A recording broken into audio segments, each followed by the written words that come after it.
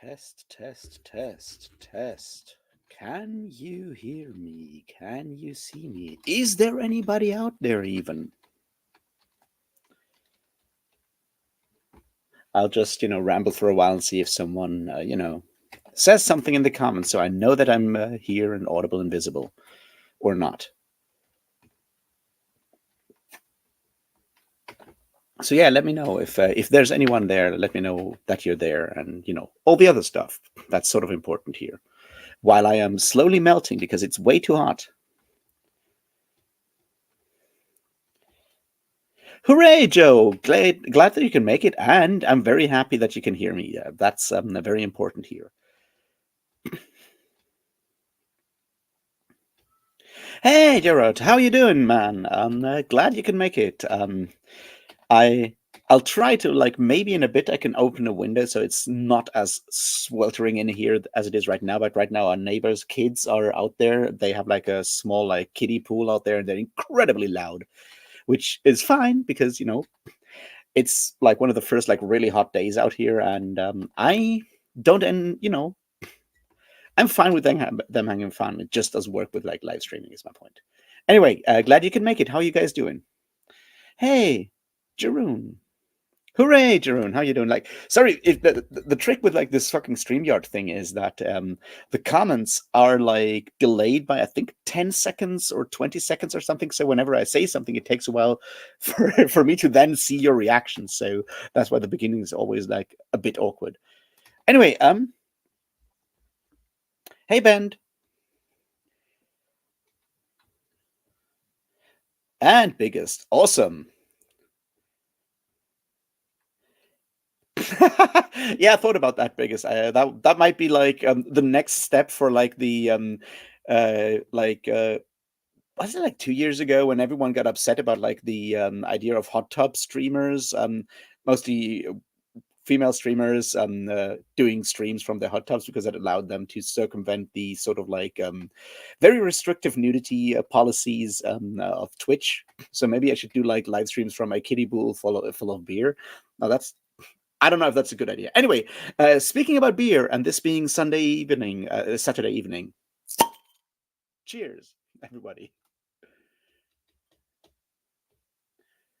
Hey Ori, how you doing? And Chris, glad you can make it. So yeah, I hope everyone is not suffering from the same kind of heat wave that I have right here. Although I suspect most of you are probably even more destroyed by heat at this point. It's just that it's the first 2-3 days that it's really hot and sweltering out here in Germany, at least on my hill, and it's been 30 something degrees all day, and it's too much for me. So there's that.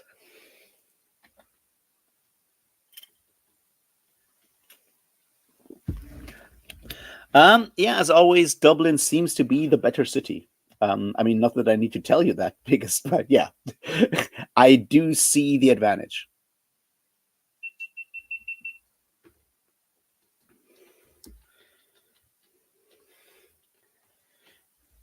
Although I think we're supposed to have another storm here as well, and it's just not happened yet. So maybe tomorrow will be better.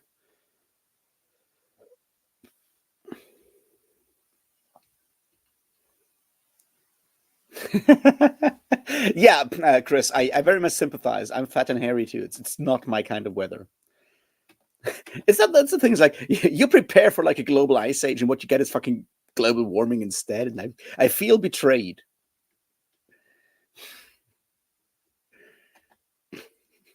I mean, all the oil companies promised us a new global ice age, and we're not getting it. I mean, yeah.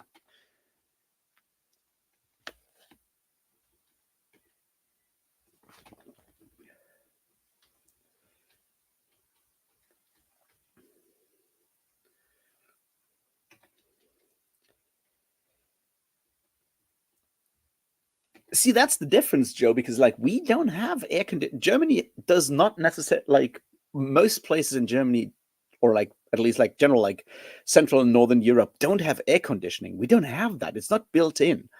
Now I know, like when you go to like the Mediterranean, at least partly there, definitely Israel definitely has air conditioning everywhere. Germany, no, we have central heating, but we don't have air conditioning. I think it's one of those things that we will have to sort of adapt with, everything getting warmer. But for now, no.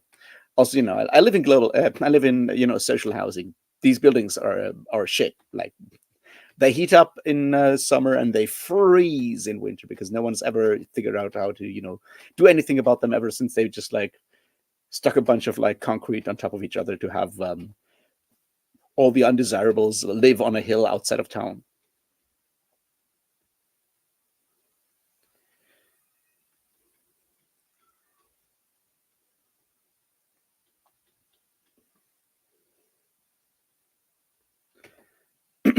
Yeah, I can imagine that it's hotter in the Caribbean, but like I guess it's different because you're like on a beach or something, and that makes a lot of difference. Like being on, like having the seaside make or having wind and stuff makes it so much of a difference. It's like I'm kind of lucky up here because I literally live on like the top of the Lonely Mountain, as I usually call it, on a hilltop. So we have like usually we have at least like a slight breeze going over the hilltop all the time, so that's good. But yeah.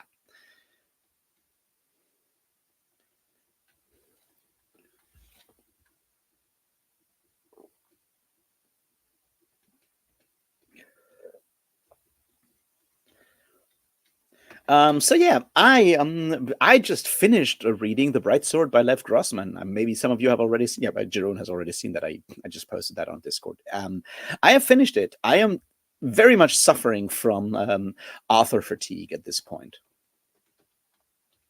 I guess unless someone really, really, really important, I don't know, Thomas Pynchon writes an Arthurian novel, I will not read another Arthurian novel for a long time. I'm done with fucking Arthur. I don't think anyone will be able to say something interesting about Arthur anytime soon. Although there's this like one collection of short stories, this anthology, this like queer post-colonial anthology that I always keep forgetting the title, but Ori knows which one I mean. Maybe I'll read that one, but I'm so done with it. Which is a bit of a shame because The Bright Sword is not a bad book. It's just like, yeah. Yeah, it's very much Arthuritis. It's a condition I would not wish on anyone.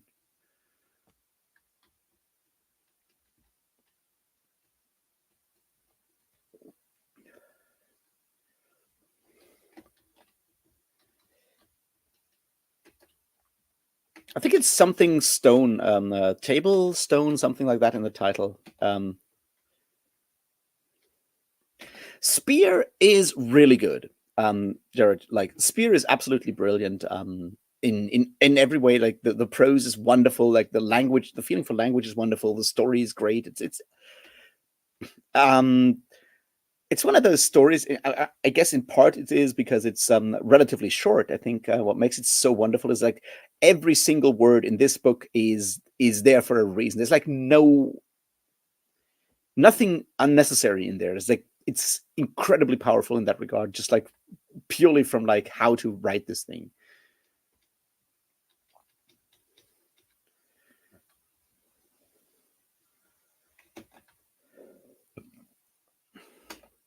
Yeah, I'm looking forward to hearing what you say about the Atanasio ones, Jerome, because the new agey sci-fi whatever element does uh, does certainly interest me more than most other things about Arthur at this point. Sword Stone Table. See, I got two of them right. I was almost there.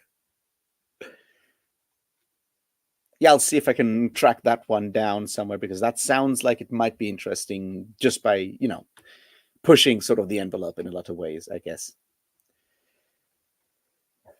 Which I mean, Grossman does as well in some parts, but I mean, from what I remember, he took forever writing that book, right? He started ages ago, and I think in a lot of ways you can tell that with the book that it feels slightly dated in some regards. Where if it had come out, I don't know, 5 years ago, it would have felt more urgent.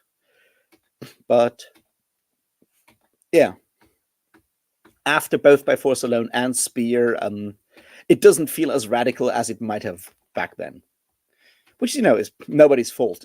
I mean, you can't necessarily like force a book out quicker. I mean, otherwise we'd have we're already talking about Sense of Spring, right?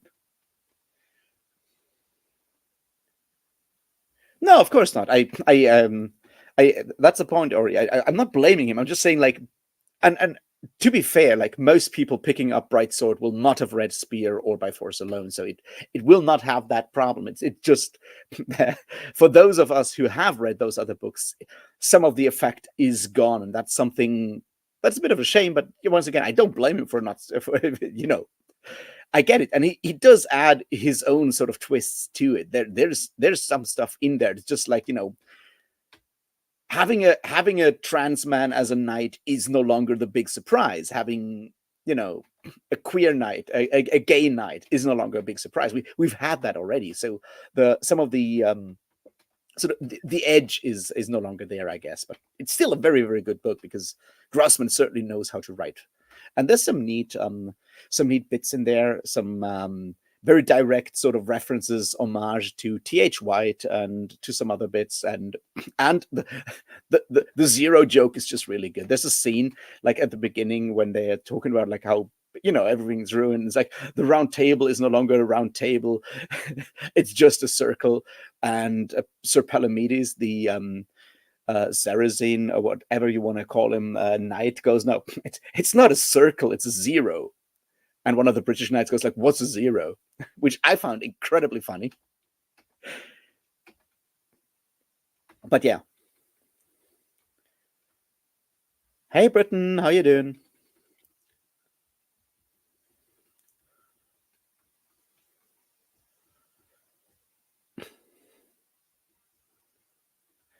So yeah, it's a very good book. I guess I might have just have read too much Arthur to appreciate it to its fullest. I appreciate what he does, but yeah. Anyway, it's a very good book, and if you planned to read it, if you had planned to read it, then yeah, go ahead. You will enjoy it. It's well done, all of it.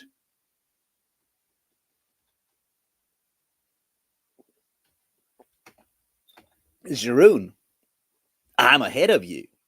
I just recorded it, like until like 10 minutes before starting the live stream. It is recorded. It will take until tomorrow to be out. I already also have the thumbnail because Oso made one for me. So yeah, video for the Bright Sword tomorrow.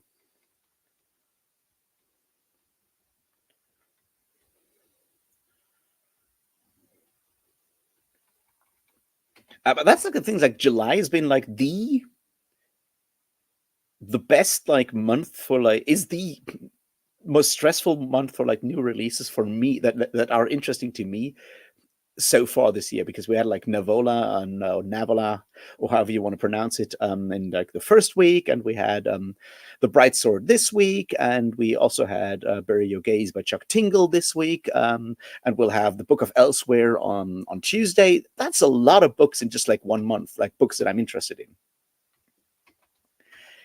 And that's kind of the point. It's like I wanted to get the Bright Sword read and reviewed, so to speak, discussed quickly, so I can read Bury Your Gaze tomorrow.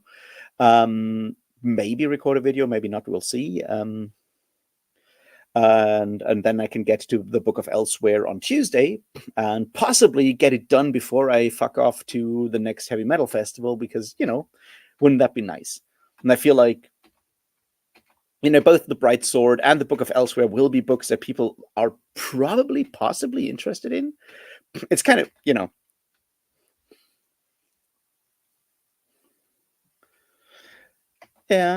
What's the book from 2024 that you've read so far, Jeroen, though?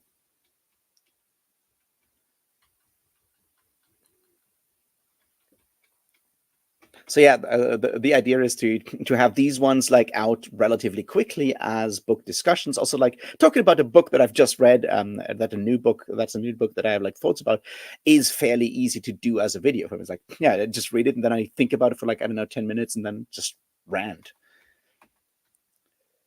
Oh yeah, Gog Magog. How did you like Gog Magog, Jeroen? I really enjoyed it. I'm waiting for the second part because, like, for like a video discussion, I wanted to wait for both parts to be out because what I like the first one, I think it's so clearly like one part of like a two part series in a way that like Navola is not, because Navola is has a very clear ending and so forth. But whereas with Gog Magog, I felt I wanted to have like the full picture. So I'll wait for Lut Luda before I'll talk about that one because yeah.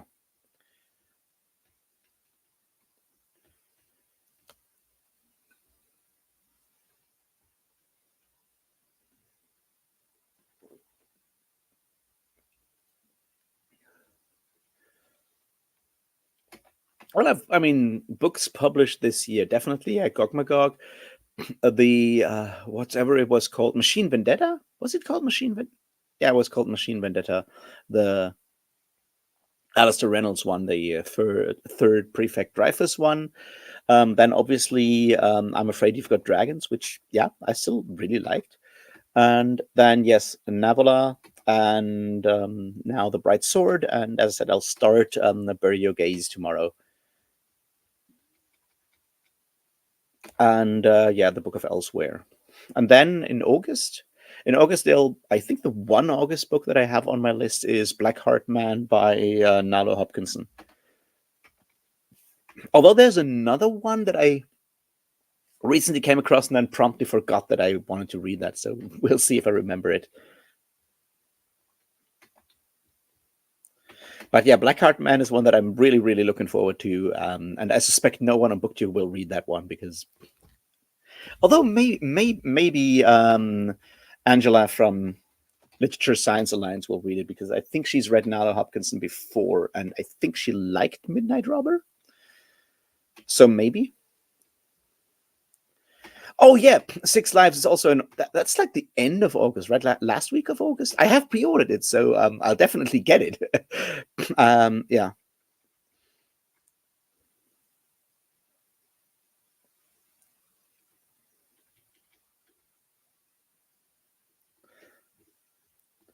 Yeah, I see what you mean with it. That's why I want to wait for the second part because I think there is something bigger coming.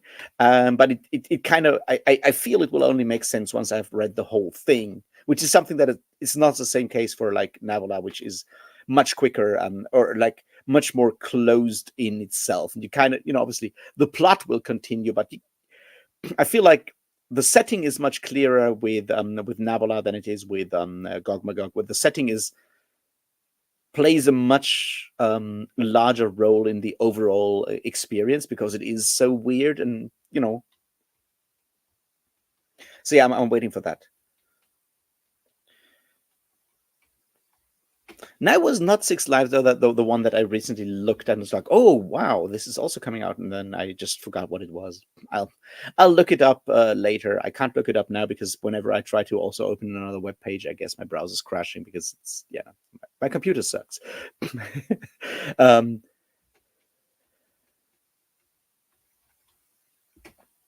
but yeah, I'm definitely also looking forward to Six Lives. That will be fun. And then September, I think, is Starcombe by Hanu Rajanyemi. That one I'm also looking forward to because while I found Summerlands really, really weird, it was also something very unique. And I feel like Rajanyemi is the kind of author that makes it very other like whatever he does, I'm gonna read it because I may not get it or it may not really be fun to read or whatever, but it'll certainly make me think, and it'll certainly be its very own unique kind of thing. So I'm very very much looking forward to that one. And then of course, I don't know. I think like the big ones in the autumn will be, of course, the what's it called, Navigator's Children, which is when I'm going to read the whole Last King of Ostenart and see how that goes. And then there's of course the what is it called, Wind and Truth. Wind and Truth. I always want to call it Wind and Fury, which is so much cooler. But I guess I'm cooler than Brandon Sanderson, and that's why he chose the other one.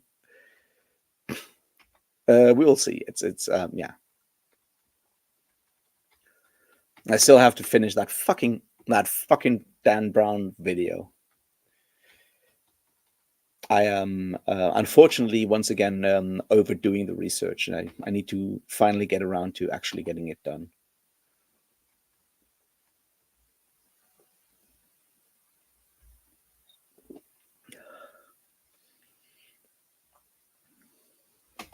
Yeah, I already bought Exordia. I want to read Exordia. It's just like a matter of time. So Exordia definitely.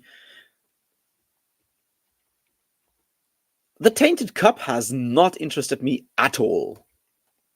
I don't know. Fantasy Sherlock Holmes, I don't know. It just doesn't interest me at all. Um and yeah, the Keanu Reeves book is of course the Book of Elsewhere, which comes out on Tuesday, and I'm very excited for it. Heyo, Jelly. God, I'm sorry about fucking up your name, Jelly Z.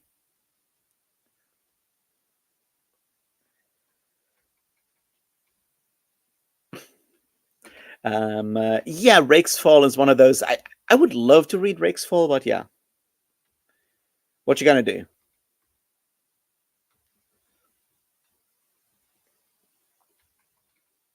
I mean, I can probably do illegal things to get a hold of it, but right now I'm not this month. As I like, this month has been crowded with new books, so for once I'm actually reading new books,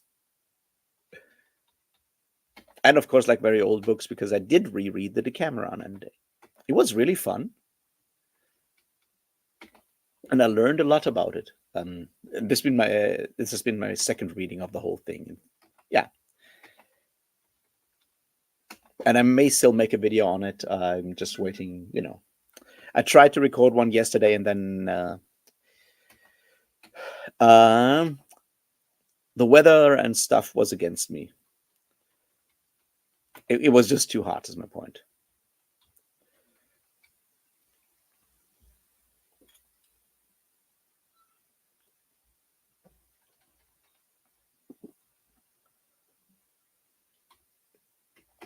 So yeah, it's been so far, and I think this is like the interesting thing for me this year is like so far the books that I said I wanted to read because I expected them to be good have actually all been very good, which either means that yes, I have a good sort of sense of for what kind of books will work for me, which might be neat, or I just got really lucky, or this year has been good with like new books.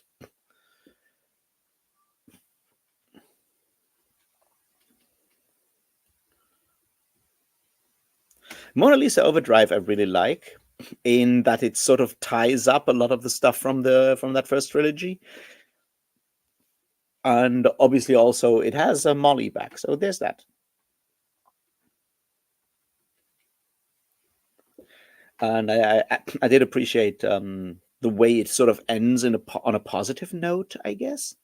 I'm not going to spoil it. I mean, I'm not sure if you've read it before, Jeroen, so like I'm not going to spoil it for you, but like I really appreciate what he does with that first trilogy in general. So yeah, I mean, obviously, I mean, I am, I would say, a fan of William Gibson. Hey, Kadia, how you doing?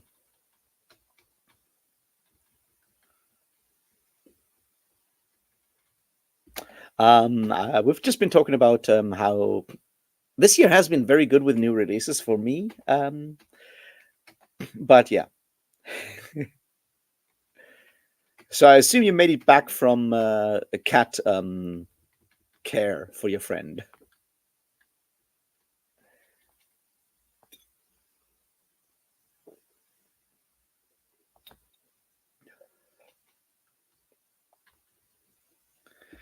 Um, so yeah, that's what I've been reading. I've been obviously doing more research for that like never-ending and Dan Brown project. I think I'm getting very close to where I should probably just like cut it off and go like, yeah, I've done enough research. This is just a video and not an actual full like dissertation. I don't need I don't need a footnote for every single fucking claim I make, because on your way back, I assume. Okay.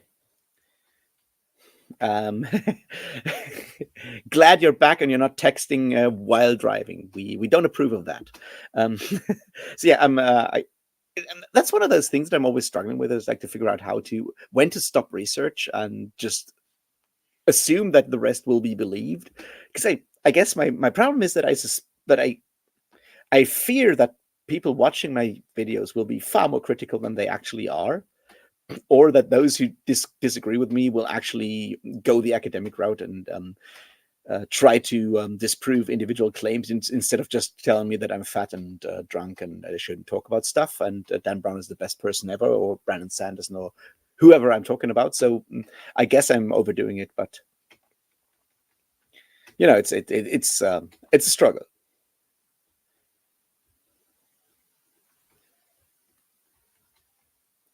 So I guess my goal is to sort of write out the structure in full and start structuring it over the next couple of days, so I can then record it when I'm back from the festival.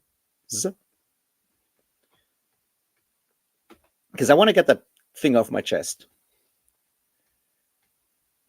Brown Anderson, yeah, that's about it. No, to be fair, I mean, obviously, I haven't read enough Brown and Sanderson to make any claims, but I think Dan Brown is um, Dan Brown is somewhere between cynical and evil, and I don't think that about Brandon Sanderson yet.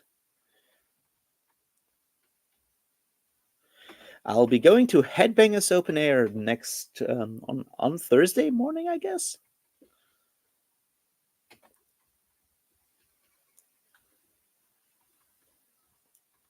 So yeah, that's that's Thursday, Friday, and Saturday in somewhere north of Hamburg. It's actually it's like the same sort of local.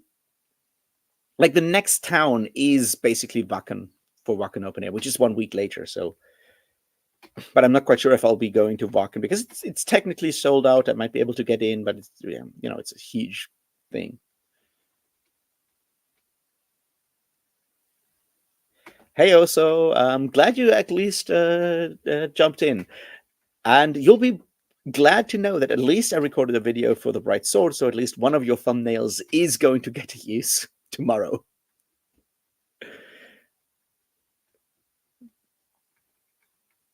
Because I failed at recording a video for the Decameron. It was too hot. Which may be a comment on the actual content of the Decameron as well.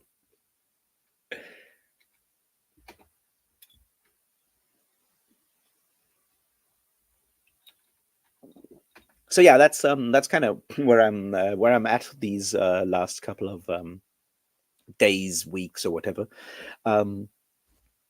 I feel like what's interesting to me is like how like the summer is sort of like this weird time for booktube stuff in general, or YouTube stuff in general, because as long as you don't make right now angry commentary on like the US elections, no one cares because people are out there getting cooked, getting broiled by the sun or whatever, and have obviously there's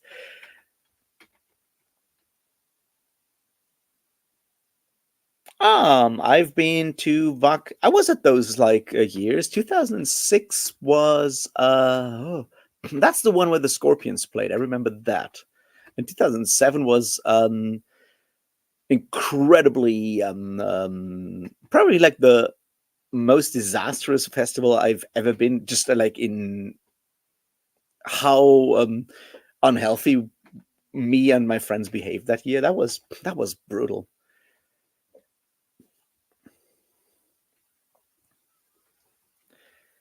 But yeah, I've been there. I was there during those years. So yeah. No, but like summer is super weird for like booktube stuff or like book releases in general, which is interesting that right now all the interesting stuff is coming out. Whereas usually, maybe that's just like also me being influenced from like the music stuff, because like for music in general, and especially like the rock and metal stuff, you don't get like new releases during summer because everyone is on tour or like at festivals. So you have this like weird, like everyone gets their records out like in April, May, maybe early June. So July, August is like nothing happening because everyone is, somewhere out there on festivals.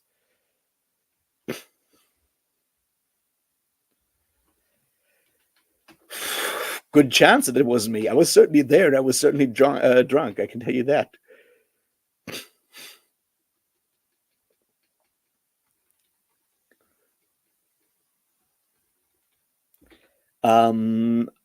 That was 2006. I did not yet have the kind of beard I have now. I did have the long hair though. I can tell you that by like, yeah, you know.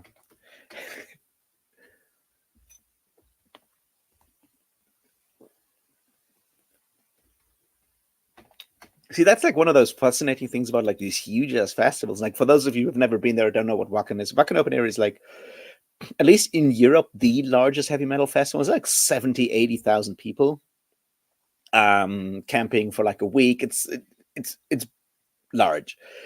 I was, but you always run into weird people, into people that you were not expecting to meet. And the funny thing, like in 2006 for me, was that I was there, and like what is it, Friday or Saturday morning, whatever. I get up out of my tent and I really need to take a piss. So I just like cross the campground to the nearest sort of like fringe of trees, which is much closer to any than any like toilets or whatever. And I walk back and suddenly guys like, hey, what are you doing here?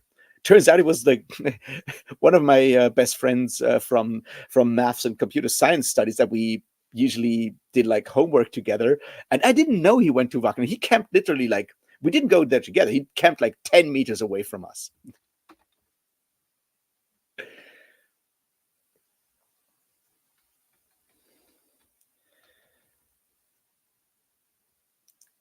I don't feel bad for the village.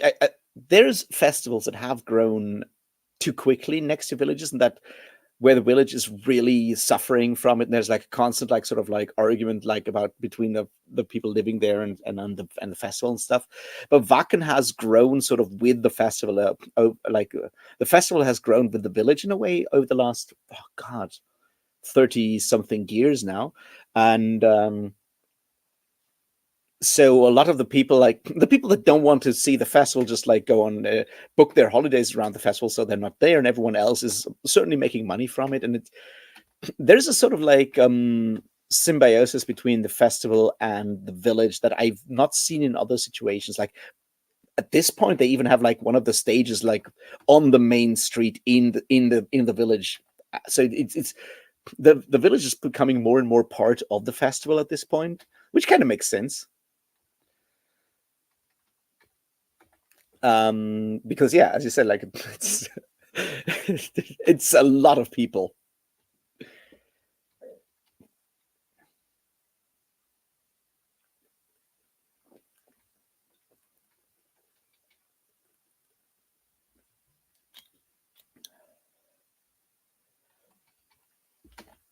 Yeah, I don't know. Yeah, I wasn't there last year because I didn't have the money and so forth. And I'd love to go back because it's it's I've been there like 19 times at this point, so it's very much sort of like one of those things that has become sort of part of my identity, whether I want to or not. And not going feels sort of like almost so sort of like letting myself down, I guess, in a way. Feels like a failure, even though it's objectively not. You know what I mean?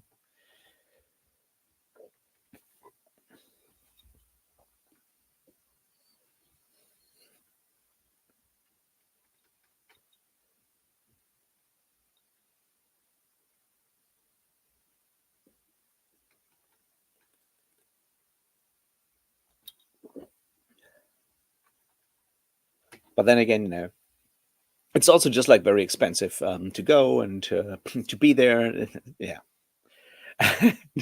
So we'll see if I manage to sort of get there or not. Like technically, I can always find a way there, but yeah, we'll see. First, headbangers open air. Then we'll find out the next thing. Um, yeah, that's kind of what I'm where I'm at the moment. And so here's the thing that I found interesting. I'll just like talk about it for a bit, and then we'll see if like some of you have comments on that. Jeroen obviously knows about it, and Ori knows about it. It's like I was wondering about like the whole thing, like Media Death Cult making his entire Discord server, Discord community, Patreon exclusive, which, beyond anything else, I think the optics are bad of like having a community, building a community over years, and then just basically kicking everyone out that contributed to that community, made the community sort of what it was, that is not also willing to pay you, I don't know, $4 or whatever it is per month that he wants. And the optics are bad. But like what I was thinking about is like, and I've asked that on some discourse, like what you guys actually expect from patrons, because I always struggle with that. That whole idea of like asking for money and what to give in return and so forth, and like is an exclusive Patreon something that you think is worth paying money for? I just like wonder about that because it as I like it certainly annoyed me, and I left the Discord after he made the announcement because yeah, fuck you, man. Like all the work that like not me necessarily because I haven't been that active in there. I was there active from time to time, but like more sporadically. But it's like a lot of people like all the conversations, all the resources that are in there were done by other people that didn't get paid for it, and you're just like taking those resources away. Like it would be different if it had been like Patreon exclusive from the beginning, right? But taking all that free labor and then basically just like locking everyone out who contributed that free labor feels bad.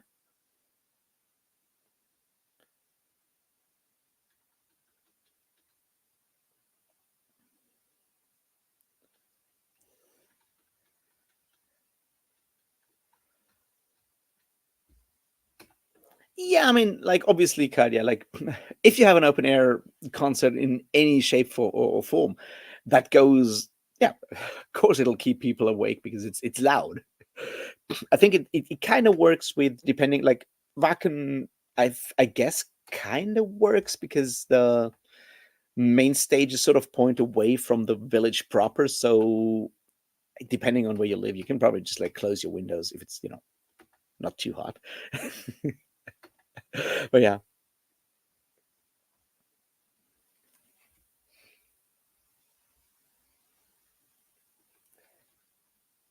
Yeah, I was there to comment about on some stuff, and I've enjoyed the idea of his read-alongs. It's probably almost a bit too large as a community for my personal taste because I get lost in like large discords. But it's sort of like the spirit of the thing because it has been like a very active sort of community, and I don't think everyone active in that Discord was paying, but you have all these people dragging in other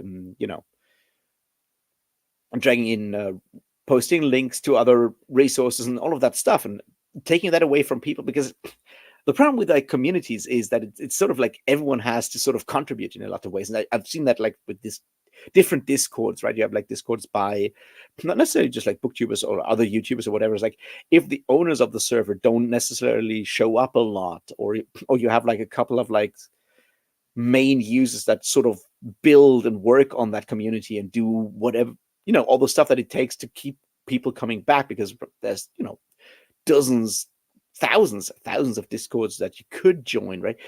So there is work involved, and if someone does all of that work, goes like, well, I'd like to get some money for that, I can understand that. But like if you don't, if most of the people doing the work are not paid and may not even pay, yeah, and you just like kick them out because they don't want to pay for the privilege to work for you, so to speak.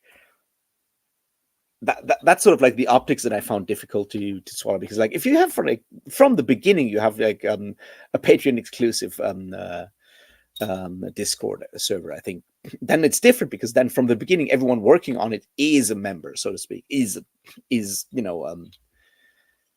part of that group. But like kicking people out later just feels wrong.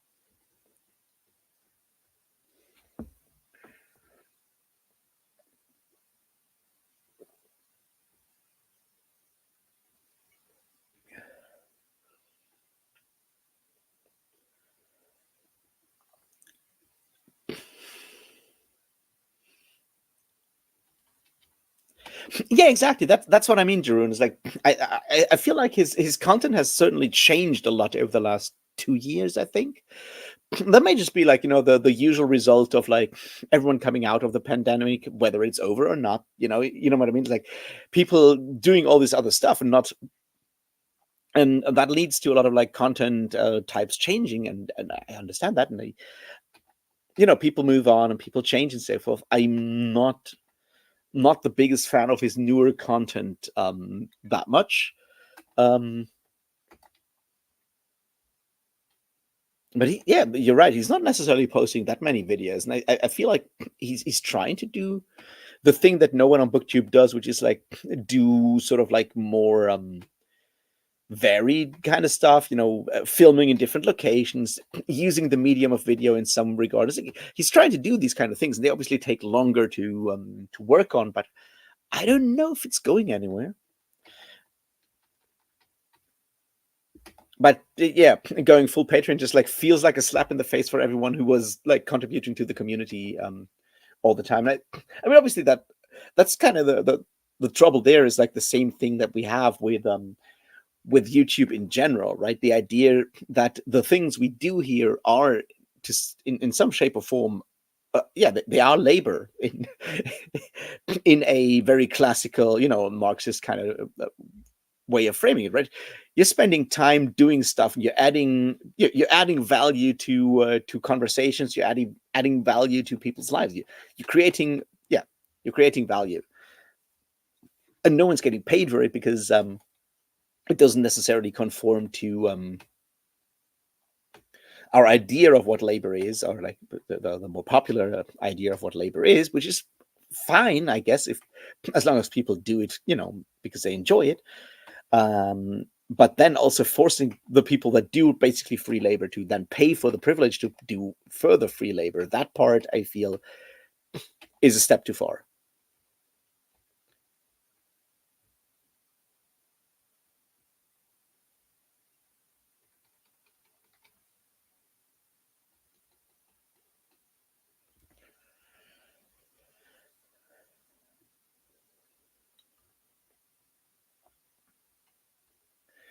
Yeah, sure, I got you, Jerome. Yeah, that's the point. It's like I was interested in his reviews.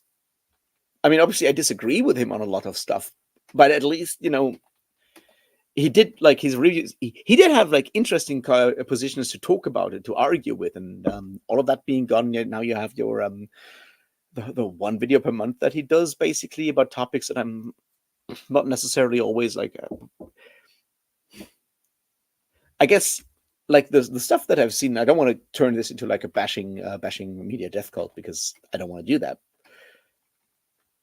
or his content, but it feels like his target audience is no longer actual sci-fi fans, but more like people that are maybe interested in becoming sci-fi fans in a lot of ways, and so you feel like left behind, I guess.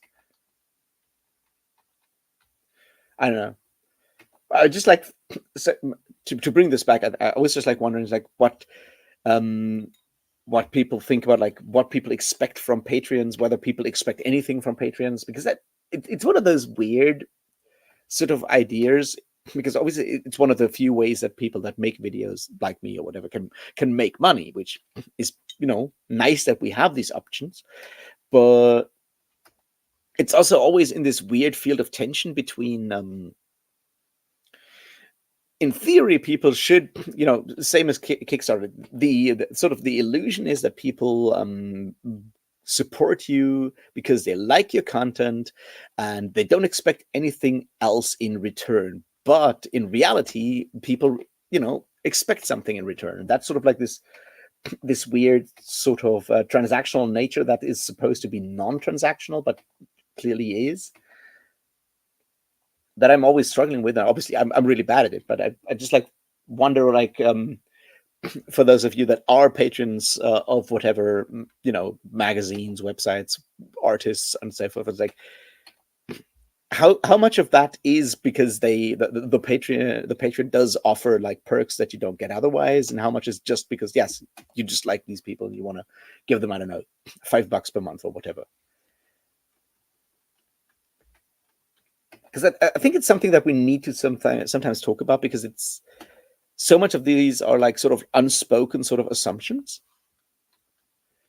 And as long as we don't talk about these things and just leave them as assumptions, it's very easy to sort of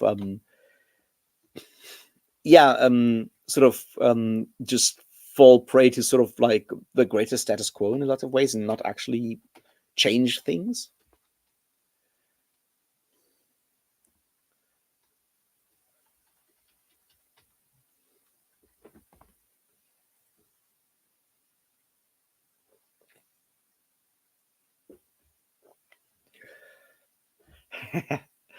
Yeah, but see, that's an interesting point there, Kadia, to say like you just prefer like smaller discords, and I totally agree. I find large discords incredibly stressful. Luckily, I am in. Well, I mean, technically, I'm still in Daniel Green's Discord, but I almost never go there, and I should probably leave it. I just don't. I never even go there long enough to realize that I should leave it. Um, but yeah, but like certainly having a more like smaller community where you feel like you know everyone, basically, that does have a different sort of vibe, I guess.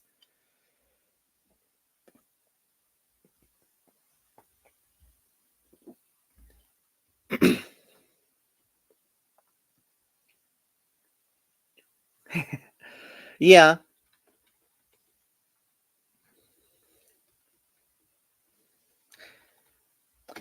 that's an interesting point there, Jerome, because I think like the idea is, and obviously, I'm really bad at this. In general, I'm really bad at even sort of like conceptualizing it, but like obviously the idea is that you sort of build what, a community in some form or other, and the question is like, how do you do that? How do you build that community? Is it, just the same kind of people that hang out on the same server all the time?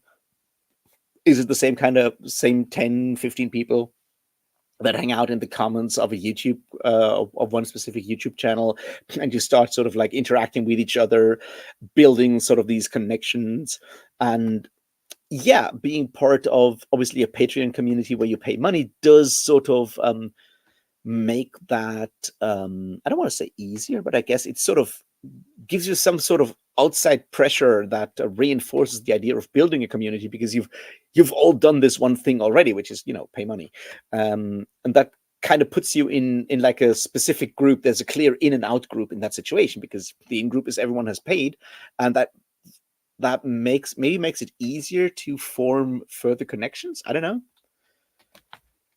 which is a very very depressing thought, that you need to for that in order to have like the feeling of community, you need to pay money.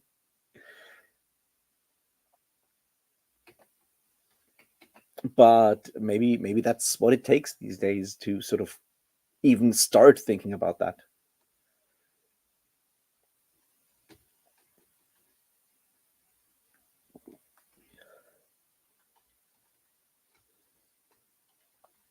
And I think that's like one of those things like that.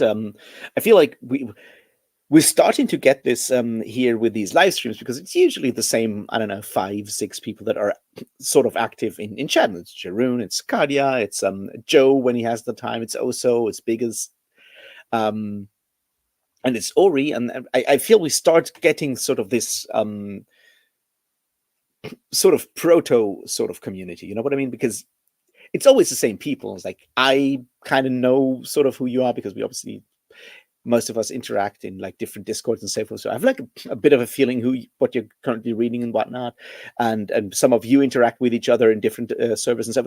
So we start getting this sort of like proto community thing. But it's interesting for me to see to sort of like think about like how we create that feeling of community, how we do that.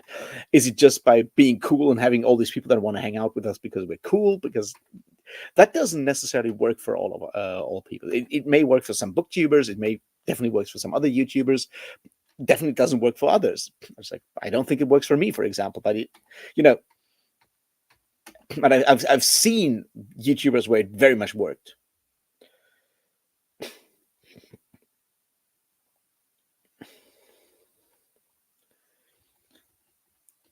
Yeah, that's the problem. Like Sharon, that's kind of the.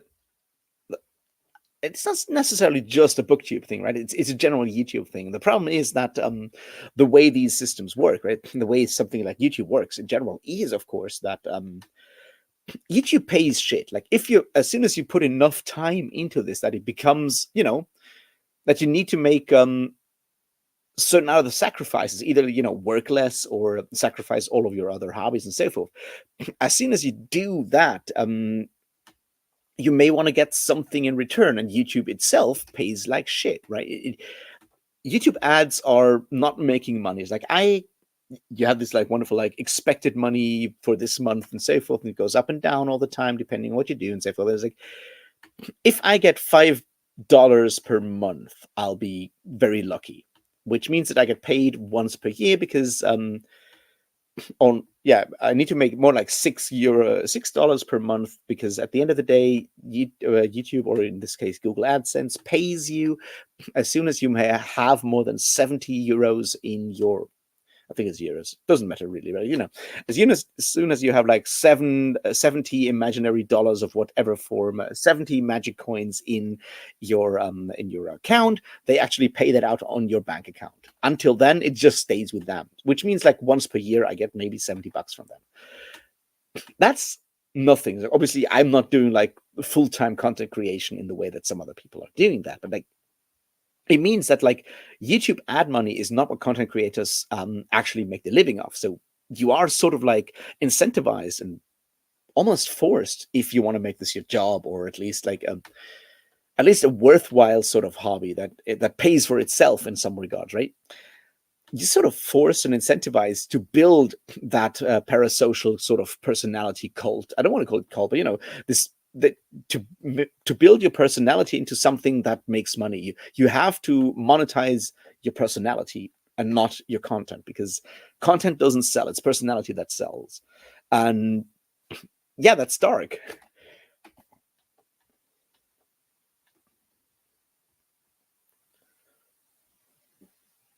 Oh yeah, Katya, that's the point. It doesn't have to be. I agree that Jolene's Discord is a wonderful place. I absolutely love it because it is very small and it's free, and I absolutely love it. Nothing there. I'm just saying that the idea of sort of making turning yourself into a brand and making it more about your personality and not so much about the actual content is something that is built into the larger YouTube or general like social media ecosphere, I guess, in a lot of ways. And it doesn't have to be, Discord thing. It could also be just like, having your monthly Patreon live chats or whatever. Like, the thing is, you build yourself into a brand that is cool, and then you make people pay money to hang out with you, and that's sort of the business model of YouTube and all other social media.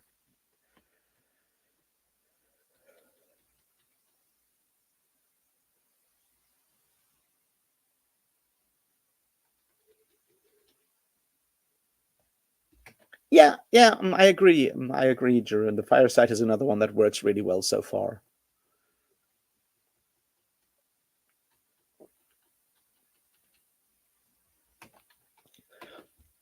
I think like the darker side to this, though, beyond just the whole idea of turning yourself into a brand and making people pay for access to your personality, which is already pretty fucking dark, right? Is that it also devalues any form of content because it doesn't really matter what you talk about, right? Um, which is why the bigger content creators a lot of times do a lot of like vlogs and all this other stuff, which is it's just about presenting your personality because that's what you're selling. And yeah, which is the whole reviews don't do well, and they don't necessarily do well because a lot of times that's not reviews are up to a point content, they're not personality, whereas an unhaul, a tier list, a book haul, a whatever top 10 or whatever, those are personality driven. That's the kind of thing that people are looking for. It's like, what does this person like versus, or you know what I mean? And that's kind of, I find that very sad, but it's also like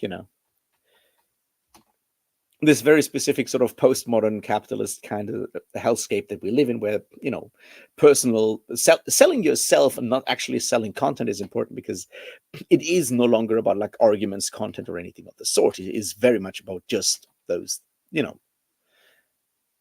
I'm going to say it is the spectacle. Anyway.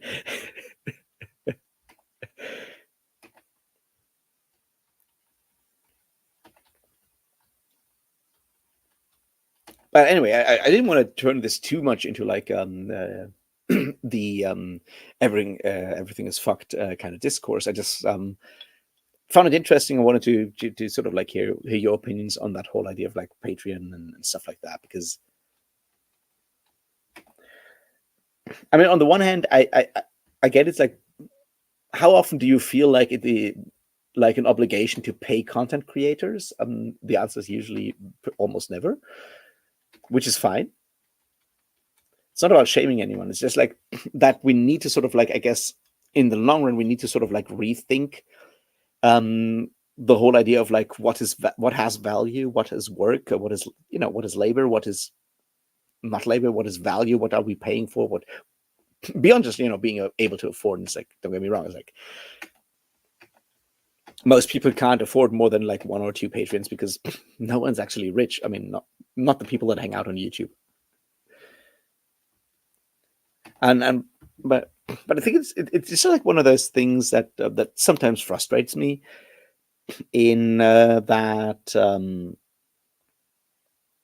BookTube and other parts of YouTube as well, but like BookTube in particular, sort of is using the system of YouTube and using these methods, right? Like a lot of BookTubers have, me included, have a Patreon. We do all of these things, but we never question like why. It's more like, yeah, this is how you do that. You start your channel. After a while, you open your Patreon, you open a Discord, you sell you get like different specific access through your through your Patreon and Discord, on Discord, and that's what you do. But no one ever questions, rarely questions like the underlying logic, like why is it this way? It's just like we just do that because that's what everyone does. And that's a bit like, I don't know, sad, because it may be the best way to do things. I'm not saying it's not. I'm just saying we should think about it. A lot of times we don't, which is frustrating.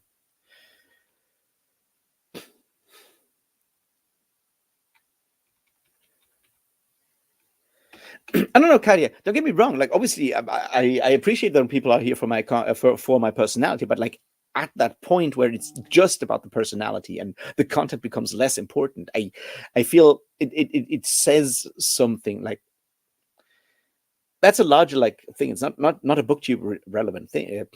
Not just a BookTube thing. Is my point. It's very much the kind of thing we have in our society. It's like, if you want, like, if it doesn't matter what kind of video I post, as long as I post something,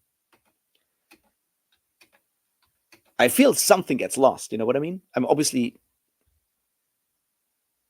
that's more like, I think it's easier to pick up with BookTube, because we talk about books, and books are very much content, or like have a very specific kind of content and information. Whereas,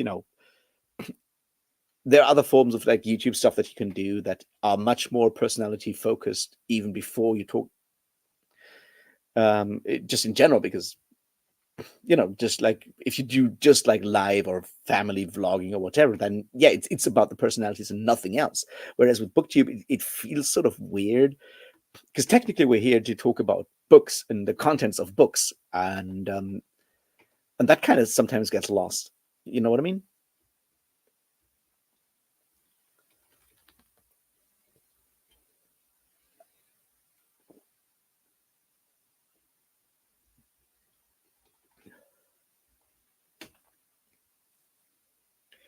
I mean, I think that's sort of like, that's sort of what I'm trying to wrap my head around. It's like this sort of thing that I go like, I want to talk about this very specific thing because I very much care about these like 3-4 points in this specific book, and I want to make y'all understand these 3 or 4 points and why I care about them.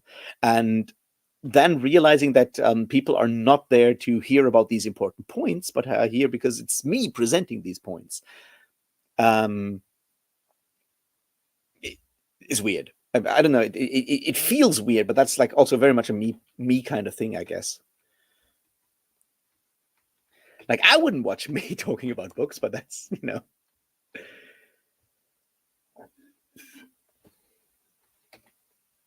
and that's kind of the problem, that like the way that this is structured is very much about making the me sort of the center of the thing and not the things I talk about.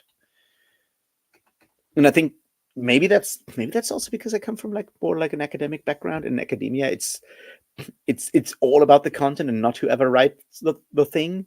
And when you go to like stuff like YouTube, suddenly it's very much about who says the thing and not so much what the person says, and that takes some time getting used to, I guess.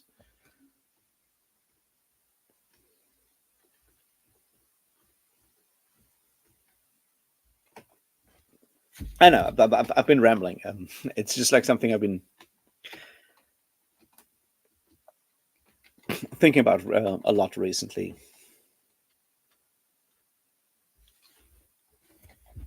When I get my more like darker sort of moods, I guess.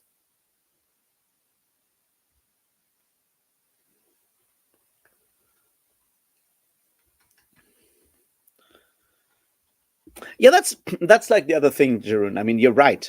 I personally, I'm very much annoyed by it.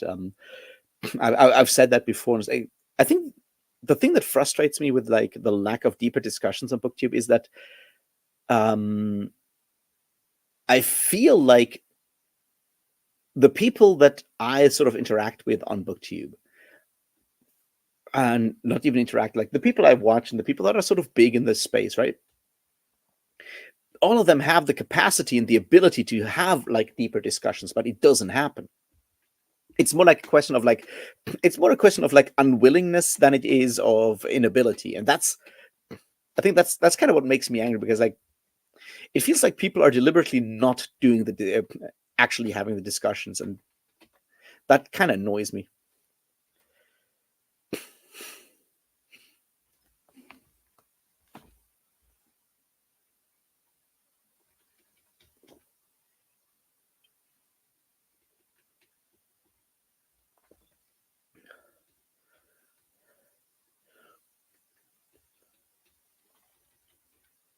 Well, thanks, Jeroen, and thanks, Kadia. No, I get what you mean. Like, especially with reviews, you have to click with the person. I think it's more when it comes to like deeper discussions and stuff like that. And I, I think I don't know what it is. I think it's partly the idea of uh, being sort of like, it may just be because BookTube is a smaller kind of part of the internet, and the fantasy sci-fi part of BookTube is an even smaller part. There's this sort of idea of avoiding conflict most of the time. And don't get me wrong, I'm not talking about drama. And I think that's sort of like the difficult part, is like, when do you have like disagreements on like content? When do you have like disagreements and arguments about the content of a specific book and thematic content and stuff like that? And when does that and that might just like link back to the idea that it's so person focused. It's like, when I talk with another booktuber and I disagree with them, I don't have a problem with them as a person, but because the system, the system in this case being social media, YouTube, is so personality focused. When I disagree with, like, I don't know, let's pick someone as random. Like, when I disagree with Britain, let's take Britain because he was here in chat, right? When I disagree with Britain, for like people from the outside, it feels like I have a problem with Britain. I don't. It's very much, we have a discussion about a specific topic, and we may disagree on that, but that doesn't invalidate like our general friendship. But because of the way that communities are so personality focused, it's very easy to sort of switch that. And I think that's to avoid that conflict, because we all know that, like, we have the same people that watch everyone on BookTube sort of like are the same people. we try to not, a lot of people try to not even come into any form of conflict and avoid that kind of stuff. So it's easier to sort of agree and avoid the more the kind of topics that feel sort of conflicting.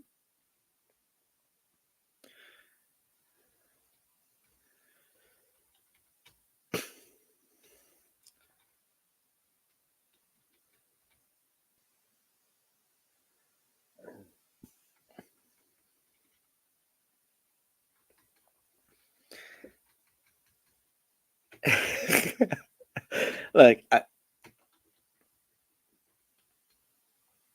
Here's the things: I like Matt's fantasy book reviews, even though I disagree with him on a lot of stuff. But I've never had any personal issues with Matt. He's been always super nice with me. Um, he's invited me on like 2 collabs. No, he, we just disagree on stuff, and that works, and that's fine.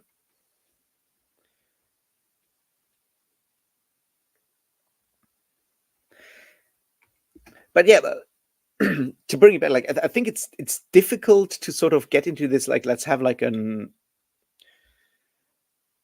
discussion on topic and not make this about personalities. And a lot of viewers, I mean, a lot. There are certainly viewers who don't understand that. I remember like the last time I was in a group discussion with other people, and I understand that I'm obviously like an incredibly obnoxious person in group discussions. I talk too much. I'm very loud. I sometimes overdo it. I'm very bad at sort of, yeah. I I understand that, like, but the last time I had a group discussion about stuff, a lot of the comments afterwards in those group discussions were about how I was incredibly terrible and annoying in that discussion because I was attacking the other booktubers. And someone wrote like, "I can only hope that Raf was a better host than he was in this discussion because," and so forth. And that's part of the problem, because while there is a conversation happening, this is also always acting for a camera in a lot of ways. And you know, it's something I think about a lot, because in a lot of ways, like, obviously I'd like to talk with other booktubers, but how do you do that without making it about you know, the personalities? And is that even possible? There's obviously some people where I feel that is possible, because you have like enough of like a personal trust established over like other mediums that it works. But in general, I feel like large parts, just because of like how the medium works, and you have like, you know, you have your more political side of like the weird debate bro whatever culture that has sort of seeped in. And even though like I don't know how many booktube followers also watch like weird, you know, weird political debates or whatever, but like these sort of like cultural practices sort of seep over, so we expect discussions to be one way or another, and as soon as you argue about something, it feels like this has to be this battle. It's like, no, it's not confrontative. We can talk about something else afterwards and we'll be totally fine. um, which makes it difficult to have in-depth discussions with other people on booktube, I think.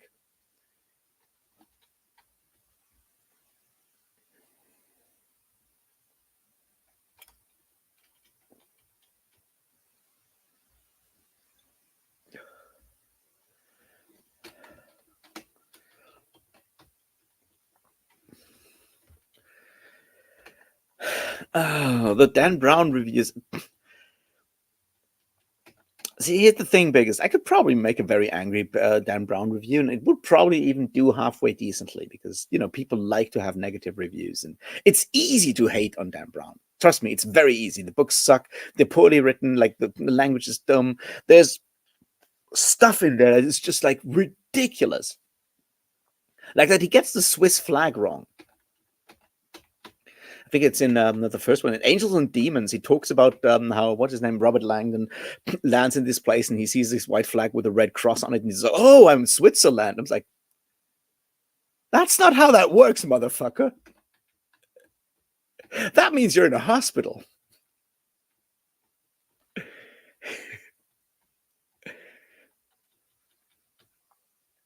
But you know, it's easy to do that, but is there anything one, or is it like at that point, am I just doing entertainment, right?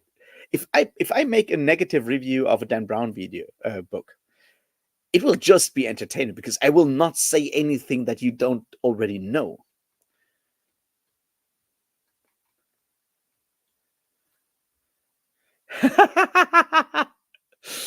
I will not praise Dan Brown.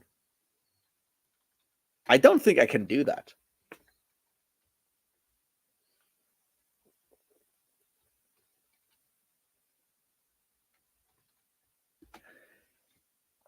That I think absolutely overtaxes my acting abilities to do a positive Dan Brown review. I don't think that works. Like I would have to literally make up things that people might find interesting about these books, and I don't think I can do that. I'm not that good. Like seriously, that would be tough.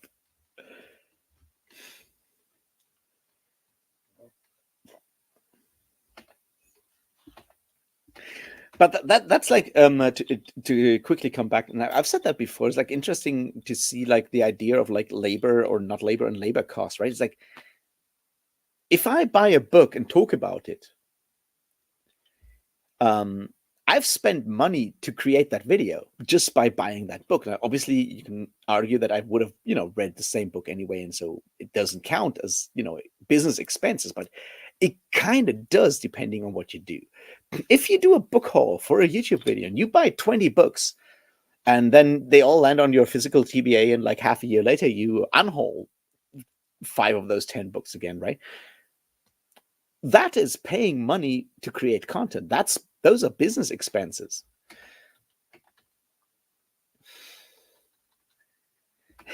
The squirming would be very, very bad, yeah. But that's the point. Is like something we don't talk about because we don't think about it that way. But like people that, you know, those you spend money to create that video by buying these books, and then you don't read them because you can't read 20 books in a month or whatever, and then maybe half a year later, because you have like 100 books in your TBR, you unhaul some of them again.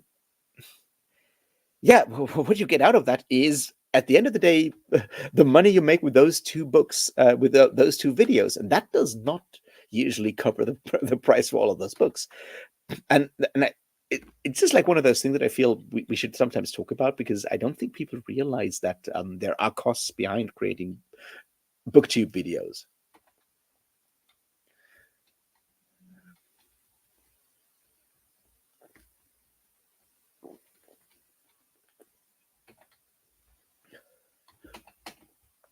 Why is it that you all want to see me suffer? Like the same thing, like make us a top 10 list, Raphael. Raph, it's like why, why do you all want to see me suffer?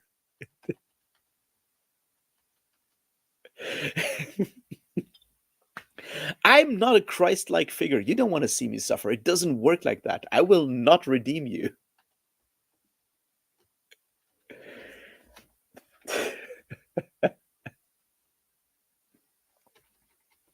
But yeah, I agree. There should be and there could be way more like in-depth discussions. I think the other part is that because of that need for harmony within the booktube community, because it is a relatively small community and so forth, there is sort of this tendency that we want to avoid controversial topics, that we want to avoid at least this part of booktube. Obviously, there's parts of booktube that are all in for controversy, right? You have people like, I don't know, Reads with Rachel or whatever, whoever that are very much into trashing books and attacking authors for all kinds of stuff. But the fantasy, sci-fi, epic fantasy, sci-fi, whatever booktube corner that I guess I'm also part of, right? The people that hang out on the fireside, on the unexpected party Discord, those kind of people, right?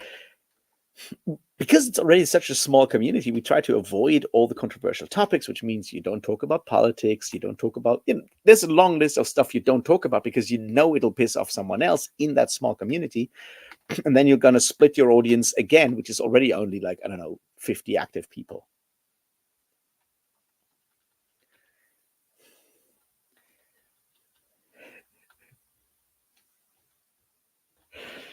God, here's the thing. Like,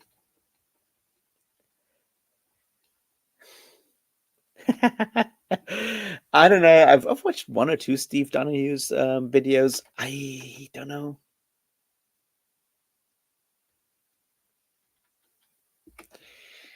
I've watched a couple of them, but I just don't.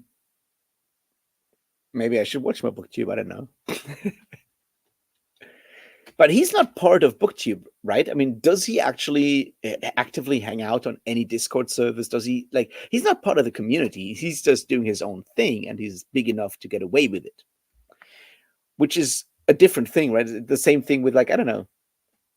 I guess Mike, Daniel Green, certainly Murphy.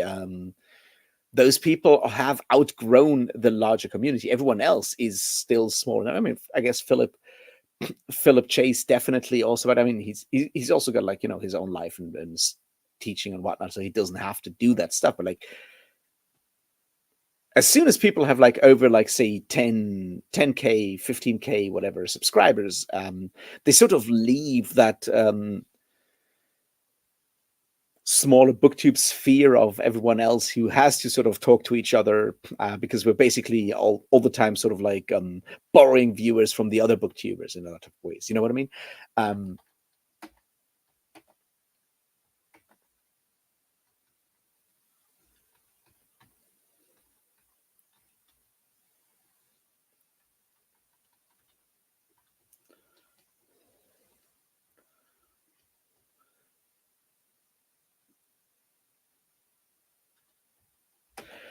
yeah, that may be that he just doesn't reach out because he even have, like, a Discord account? I mean, to be fair, I'm really bad at it as well. I'm really bad at reaching out. It takes me forever to ever ask anyone to, if they want to do, like, a collab kind of conversation or whatever. I'm bad at it. I understand that, and which is why I try to not complain about not being tagged or invited by anyone else, because I'm just antisocial, I guess. Anyway, yeah, bye, Jeroen. Nice chat. Glad you could make it.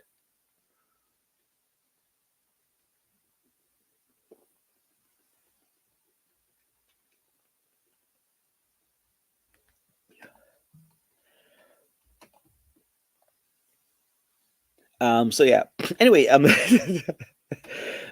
so yeah, I feel there is room for, like, other forms of booktube content. I just wish people would do that, because I'm not the kind of person who can do it.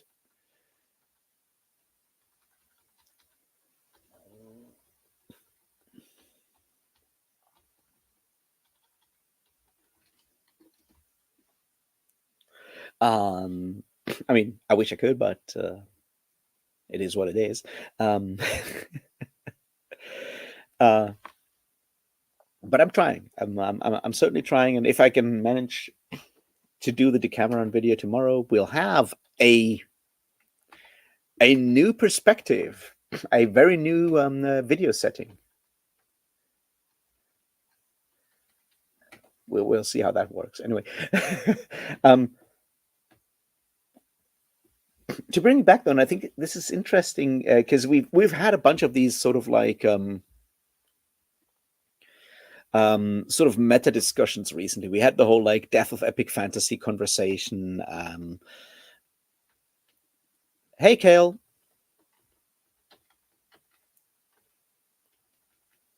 What time zone is it that it is good morning for you? Just asking, because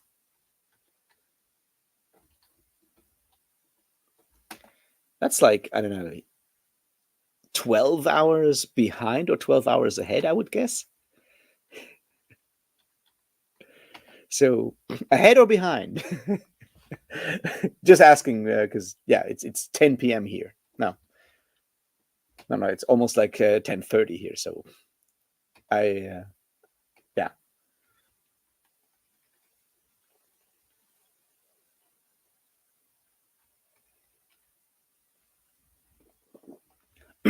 Anyway, where were we? The idea that we had these meta discussions and then they kind of go nowhere because I don't know what.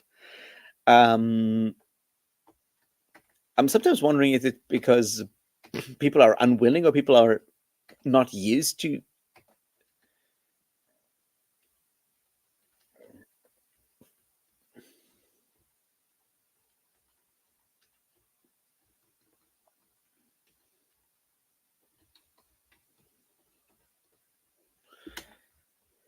UTC plus 10.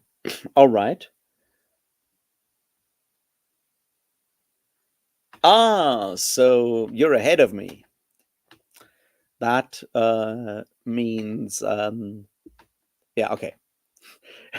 Far ahead, far to the east from Germany, I guess.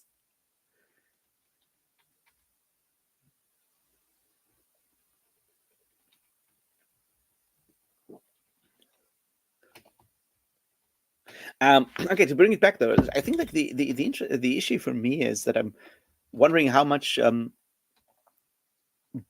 we in the booktuber sphere, so to speak, right, have sort of lost or never learned the ability like how to phrase and how to organize like a larger discussion or debate, because you have someone making a video go like, hey, I have this problem, what whatsoever, and then you go like, so come at me, and then nothing happens, or maybe two people make a response video and then no one reacts to that, and it's like, I feel like,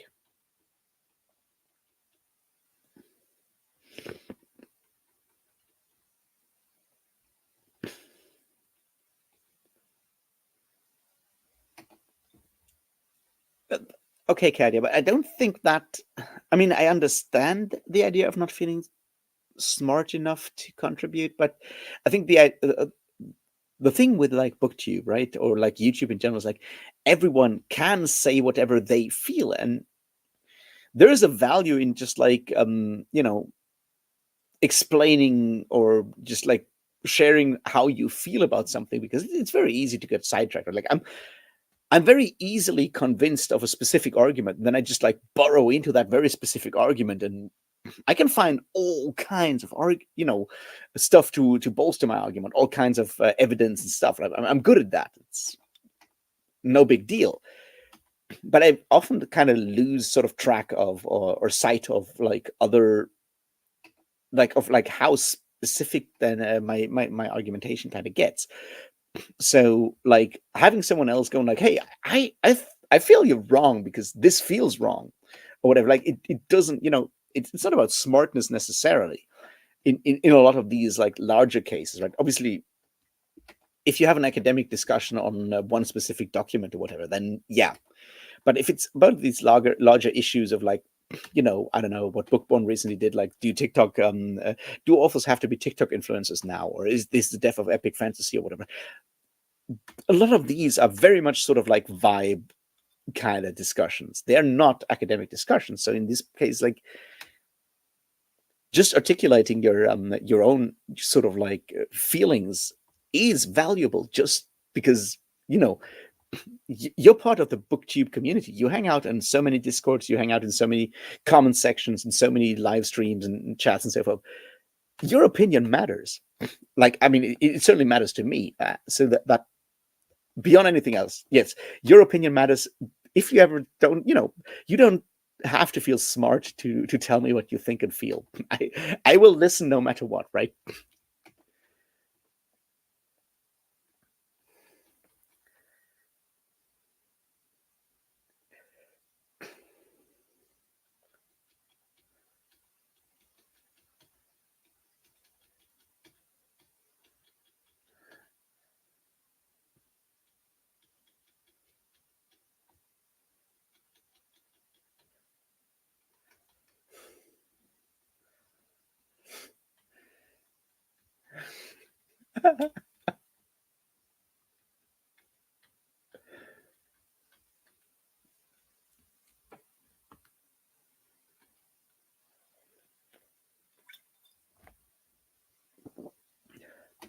Yeah, no.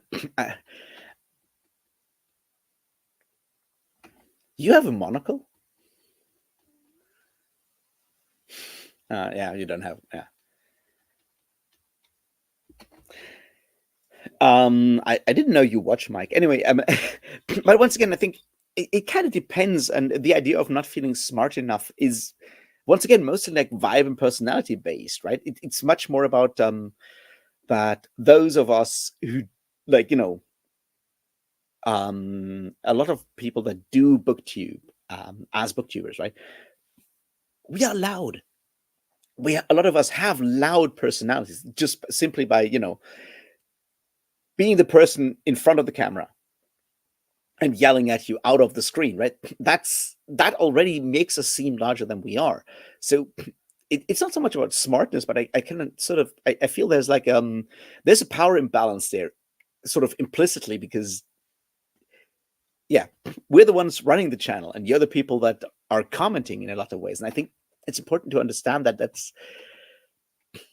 mostly a technical issue because um, sort of like a lot of that feeling of not being smart enough or whatever is just because of the technology of like someone recording the video and someone else watching the video or listening to or whatever, right? And I think it's important to be able to overcome that, because if it actually is a community, then we're doing this stuff together. We're not just you're not doing you're not coming for community, you're not coming for like communion and mass at the altar of the Raf blue tux video or whatever. That's if you're doing that, you're doing it wrong. It's like from where I'm standing, I think like everyone who's talking to me, who's talking with me, who's watching my videos has the same amount of knowledge about the subject as I, or has the or let me put it this way, has the potential to have the same amount of knowledge, and their opinions are as valid as mine. It's not about smartness, I think.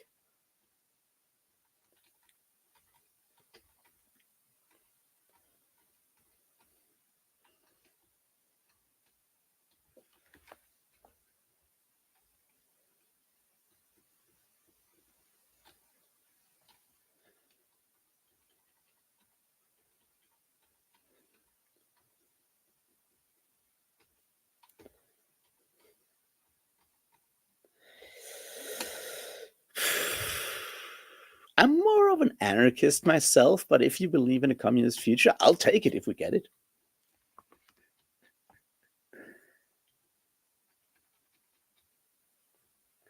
And also, hello, yeah. Yeah, but that's a different thing, right? Like, or it's like I've done that research for like, I don't know, a specific video or whatever. But that doesn't make me smarter. It just means I spent like the last, I don't know, 2 months reading an awful lot of books. But like anyone else can do the same thing.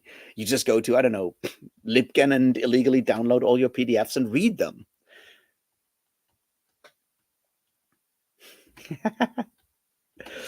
um, I've certainly read a lot of Marx, but I'm leaning more to the anarchist side of things. It kind of, it's a broad field. And irony might be involved. When someone called me a Marxist cosplayer, I kind of took the Marxist thing on, but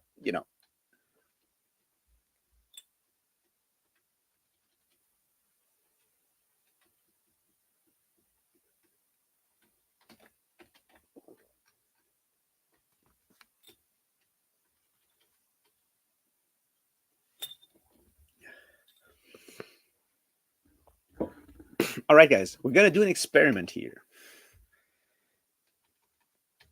Um, I'll leave you to yourself for like a minute or two. You can interact with each other, chat with each other, be smart the way I'm not, and I'll check if I can open the window so I can actually get some air in here, and I'll take a piss for a second. I'll be back in a minute or two, and then we'll talk some more, and hopefully I will not just melt anymore.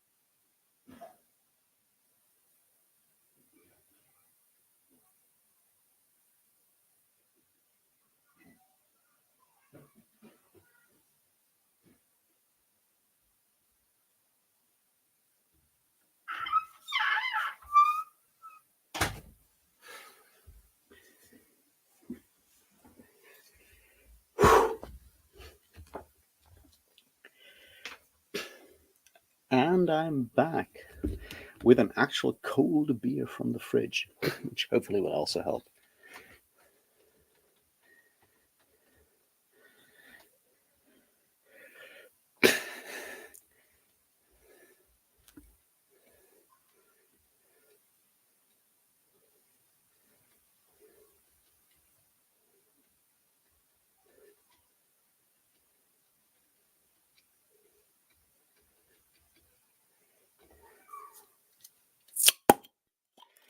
Cheers.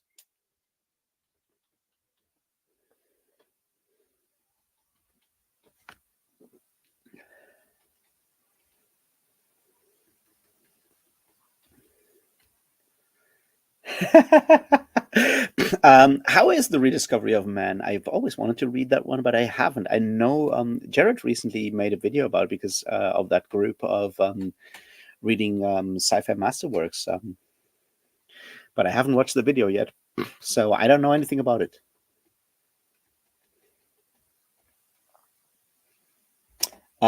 Biggest, I'm sorry, I can't do that because my window doesn't open that far. It's a bit of a problem because my room is too small for that. Otherwise, hell yeah.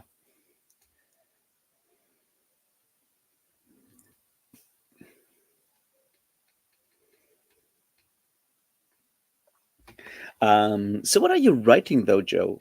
Are you you were handing out the arcs for the next hybrid helix one, right? So you're not writing hybrid helix at the moment.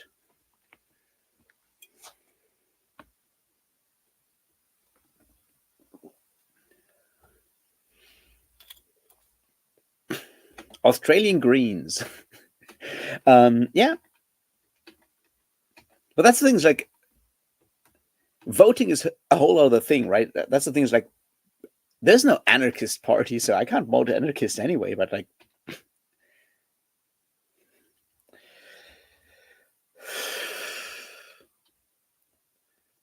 liberalism, depending on where you stand, has unfortunately been very much co-opted by the right because of its unwillingness to see that the right, the political right, is not playing the democracy game. And one of the core things of most liberals is that they suspect or expect everyone to play the democracy game, which is why, for example, the U.S. politics is so fucking broken because the Democrats have always tried, and the Democrats are, basically sort of center right liberals, right?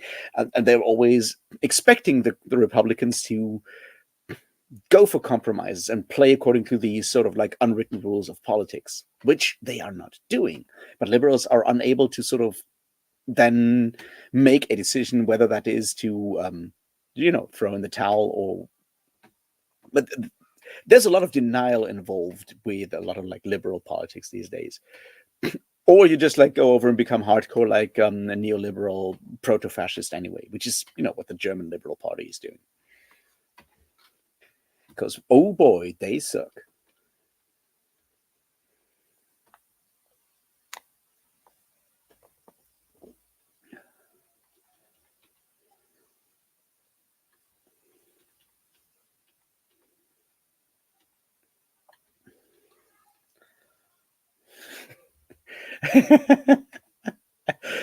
You might be right, Kadia.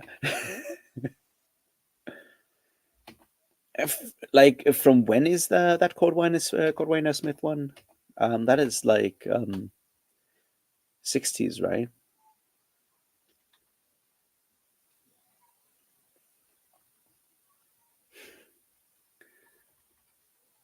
Yeah, I mean that's like one of those interesting things, like that we often kind of forget how quickly sort of like mindsets change. I find this really interesting. Like now, obviously, I've been reading, in this case, rereading Boccaccio, right? And that's like almost 700 years old. That's like 680, 675 years old book, and there's stuff in there that just doesn't work anymore because we don't have the mindset to even begin to understand why this is deemed a story or why this is deemed like interesting or whatever. And you can't expect it for like that old a story in a lot of ways. But this stuff like from like the 30s or 40s or 50s or even the 60s sometimes, where you go like, well, I guess I'm missing context to sort of fully appreciate what the author is doing there.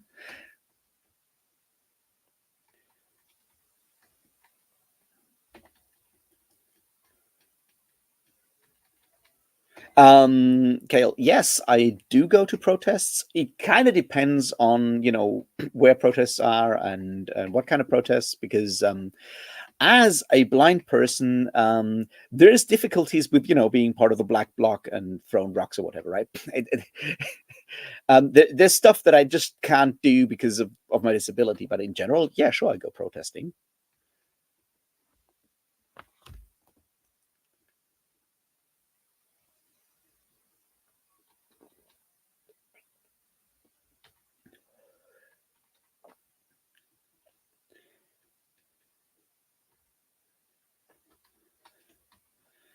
Hey, null.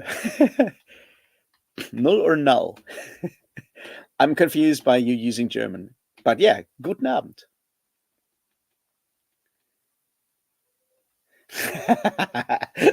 Fine, it's good. I run out of German regularly. It's a bad thing. I mean, it's a good thing because no one needs that much German. But yeah, hello. How you doing?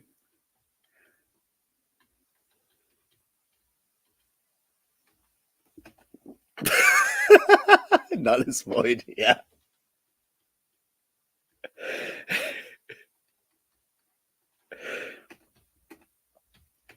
Yeah, it's just like one of those interesting things that I like.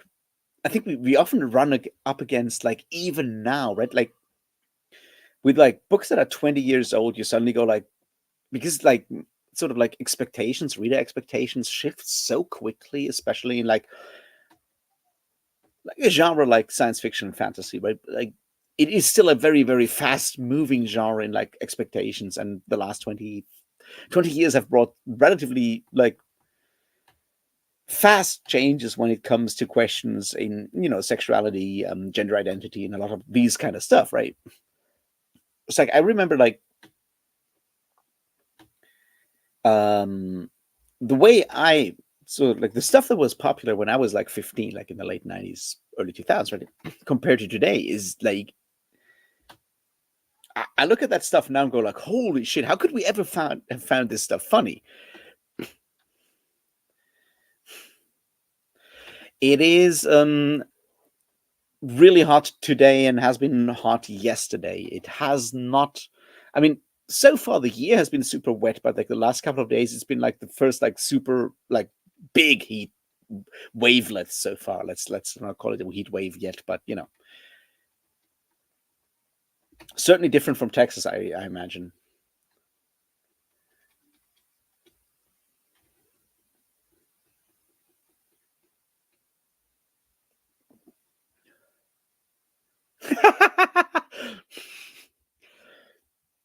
That's interesting because there is certainly there's homosexuality in Navola. Just saying. I mean,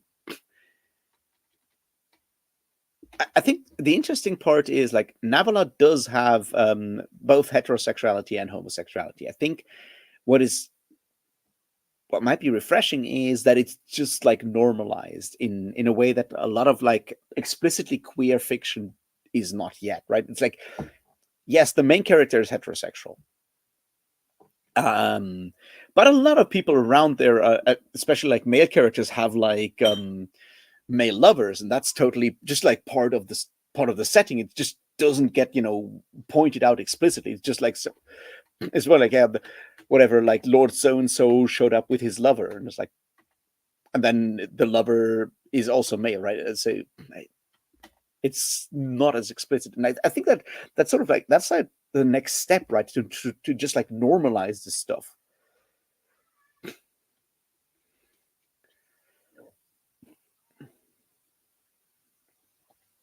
Yeah, it's like 30, 31, 32 Celsius is around here for now.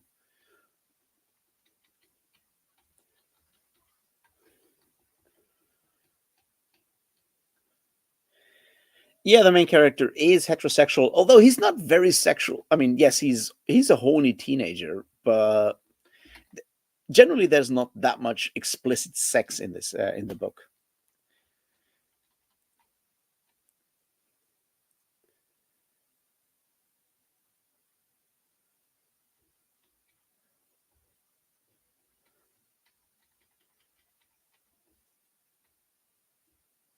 Yeah, Cal, you're in Australia. That's you're supposed to have winter right now.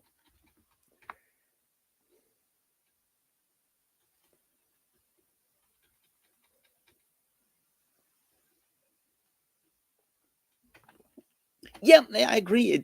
Normalization of queerness is definitely getting more common in genre fiction. I think that's sort of like one of those places where genre fiction is a bit of like a vanguard kind of thing because you can do that. You can do that in a way in like secondary worlds or the future in a way that you can't necessarily do when you do like if you're writing realist sort of realist fiction, literary fiction set in the American, say the United States of the year 2024, you can normalize queerness, but because of the way the political climate is at the moment, it will not feel normalized, even though, on the ground, it is totally normal to have like a couple of queer friends. It will not feel that way because it's so politicized in a way that you can kind of get away with in the, yeah, well, this is fantasy kind of thing, I guess.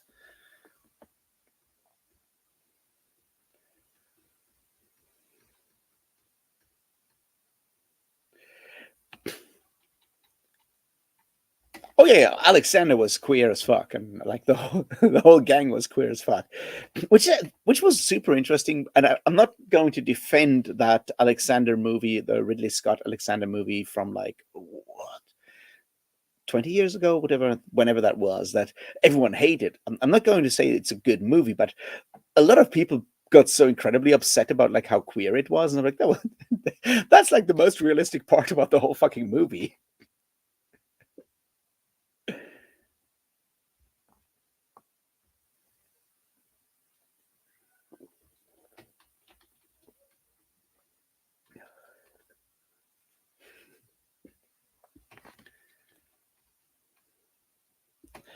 Um, so yeah, I think like you can get away with like normalizing queerness in genre fiction in a way that you can't get away with in like realist fiction because when you're doing like genre fiction, you're sort of not taken seriously by the kind of people that want to you know censor stuff anyway. So I guess there's a German word for that that I don't know if there's like an English sort of equivalent. The German word is Narrenfreiheit, which is sort of like like a jester's freedom, which is sort of like the fact that like the court jester can say things that anyone else can't say.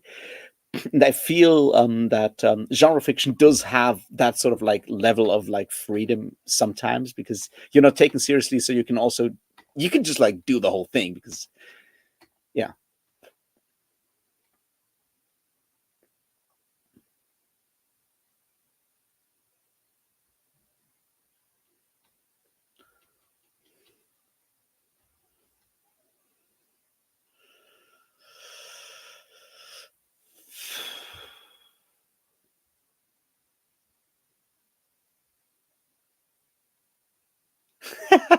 You're right, because he could have been a lot worse.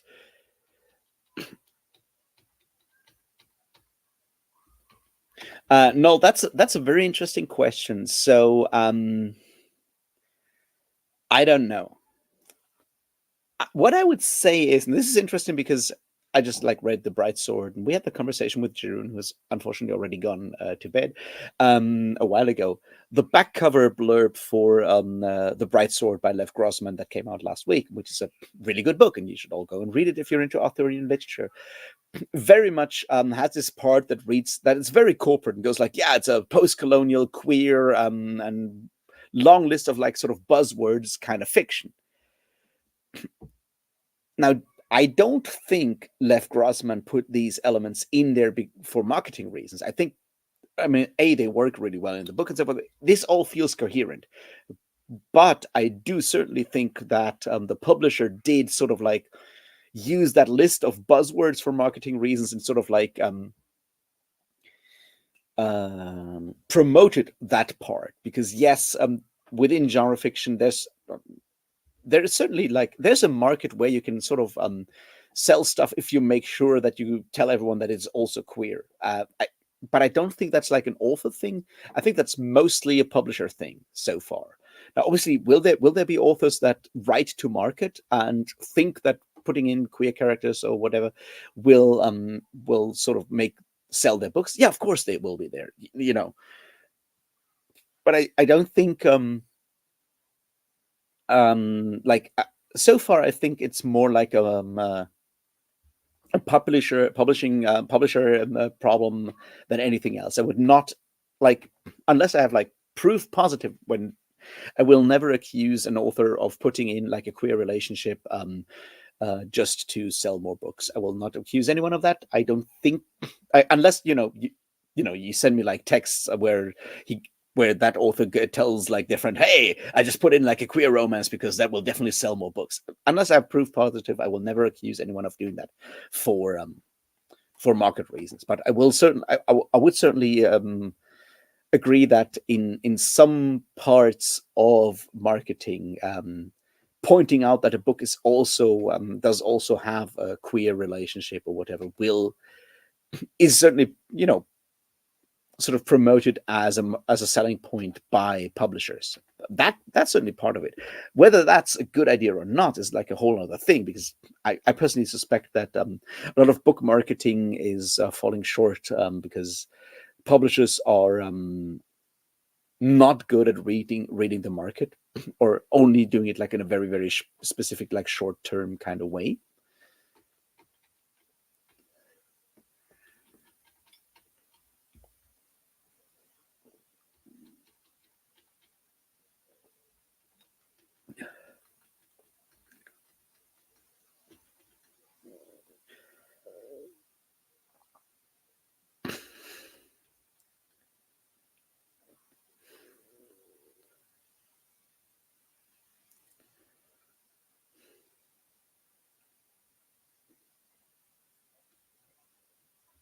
Yeah, that's the other thing, right? You're right there, Ori, that like that certainly sometimes people seek that out, like wanting to have like a main character to be queer, a person of color, whatever. Like, um, I'm not sure how I feel about that, because on the one hand, I understand it. If you're a marginalized person, sometimes you just want to have someone that is like you. I totally get that. I think the other part is there's a danger of reducing characters just to sort of like specific aspects. Like, yeah, this is like, is the queerness of the main character like the one thing that defines them or not? And I think that there's a danger that it's a larger thing with the whole like tropification of everything, that kind of comes over from fan fiction, which has always been very much like queer or generally marginalized group driven fan fiction. Has always been, because general fiction, genre fiction has always been like very white, cis, hetero, and so forth, male. um a lot of fan fiction has always been written by marginalized groups, by women, not the, women, by queer people, people of color, people with disabilities, and so forth. Because for the longest time, all of these groups did not have like representation in books, so they just like wrote fan fiction about people like themselves in their favorite like settings and worlds and so forth. And that's sort of like where that whole thing comes from, where that whole signaling of tropes kind of comes from. But now that we've like the publishing industry has realized that they can sell to the all those people that are writing fan fiction as well, it's taken over that sort of like those tropes, and that kind of oftentimes reduces stuff to that. It's like, yeah, this is a book that it has like a two queer POC, people of color in a enemies to lovers trope, and it's like, and at the same time you also are angry if I spoil something.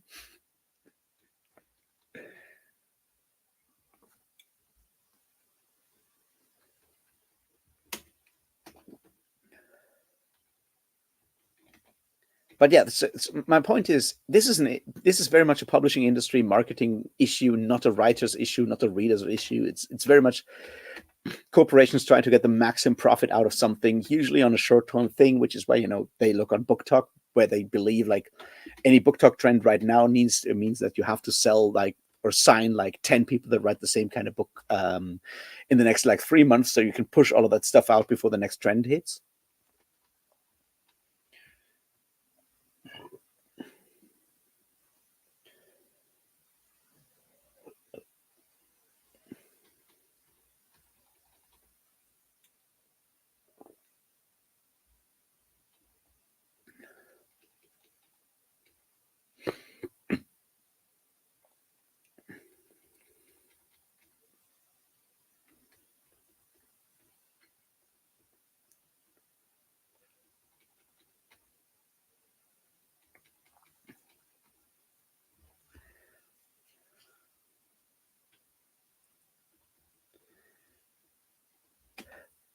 I don't know about that biggest. I think it might be something sort of that may happen with like debut authors. I I'd be hesitant. I don't think stuff works like that. It's more like you kind of you submit your manuscript to an agent. The agent goes like, yeah, this is pretty good.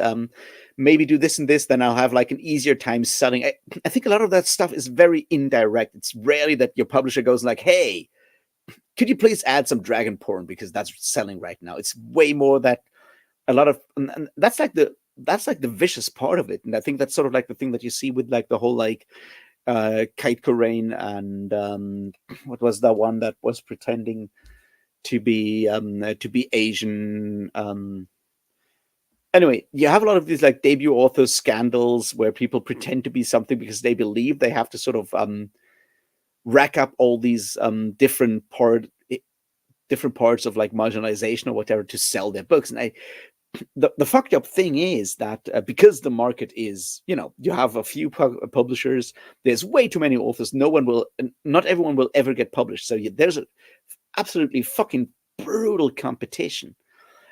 So any sort of like implied sort of thing, implied preference, or what is currently selling or whatever, will lead to people falling over themselves to overcompensate, and that's the fucked up part because publishers don't even have to say anything. People will do all these things because they assume it will be that. And then you have like obviously also everyone hanging up and out in the same kind of communities on Discord or Twitter or whatever. So you had all like the personal drama in there as well. And suddenly like writing with the goal of getting like a actual publishing deal becomes like an absolute fucking piranha tank.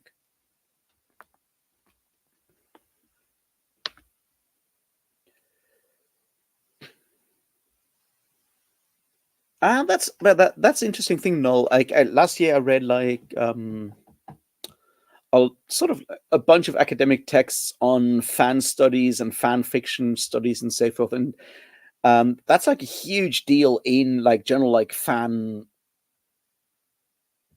larger fandom thing is that for a long time actual fan labor has always been active fan labor has been done by different marginalized groups because they needed to sort of like make their own space within a fan universe, whereas like content owners, publishers, copyright owners of different franchises and so forth, their goal is always to make something as cis hetero male as possible, as white cis hetero male as possible, because the one group, the one demographic with like the most money to spend on stuff is still sort of like white dudes in their 20s and 30s, now more like 30s and 40s, but so there's always this sort of like conflict between active fandom, which is much more varied, much more inclusive than anything else, and industry, the corporations, copyright owners, and so forth's attempt to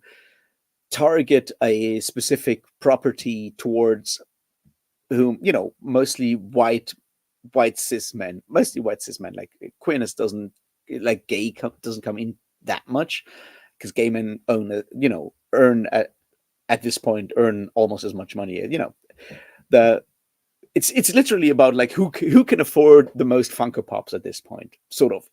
To break it down, and that's a conflict that's been going on for like forever, like ever since at least like the late 70s and early 80s, with like fandom and marketing becoming a huge deal with like Star Wars and so forth. And there's like a lot of like studies, like actual like empirical studies on how that works. So that, yeah, that's something I would feel confident of stating as a fact.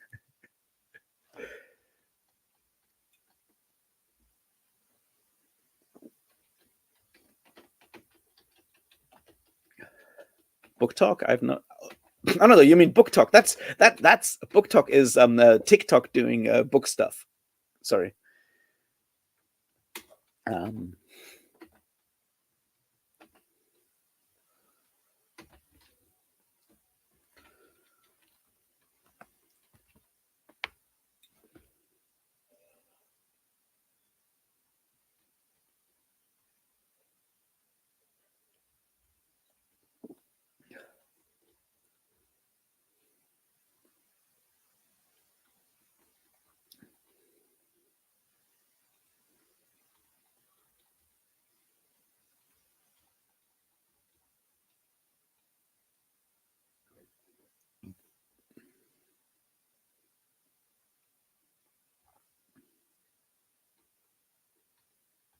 well, I mean, Thomas Pynchon has managed to have like two pictures over the last 70 years.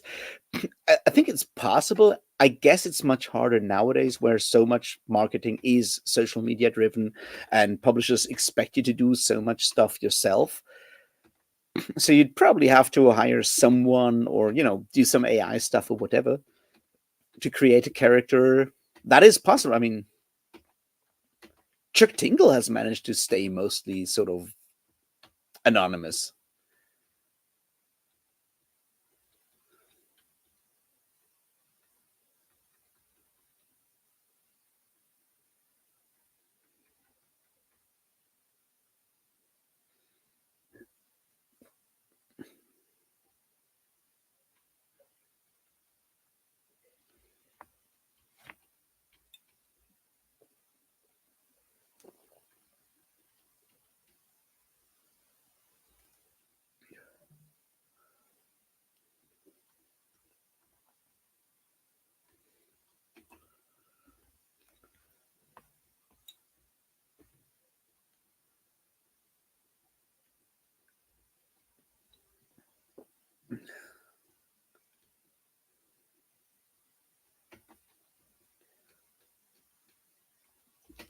But that's like the other thing that like let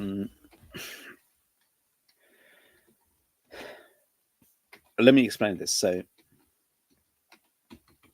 I haven't watched that video yet, but YouTube is trying to tell me that I should watch the Bookborn video on like, do authors have to be TikTok stars now? And that kind of goes back to that like personality thing, right?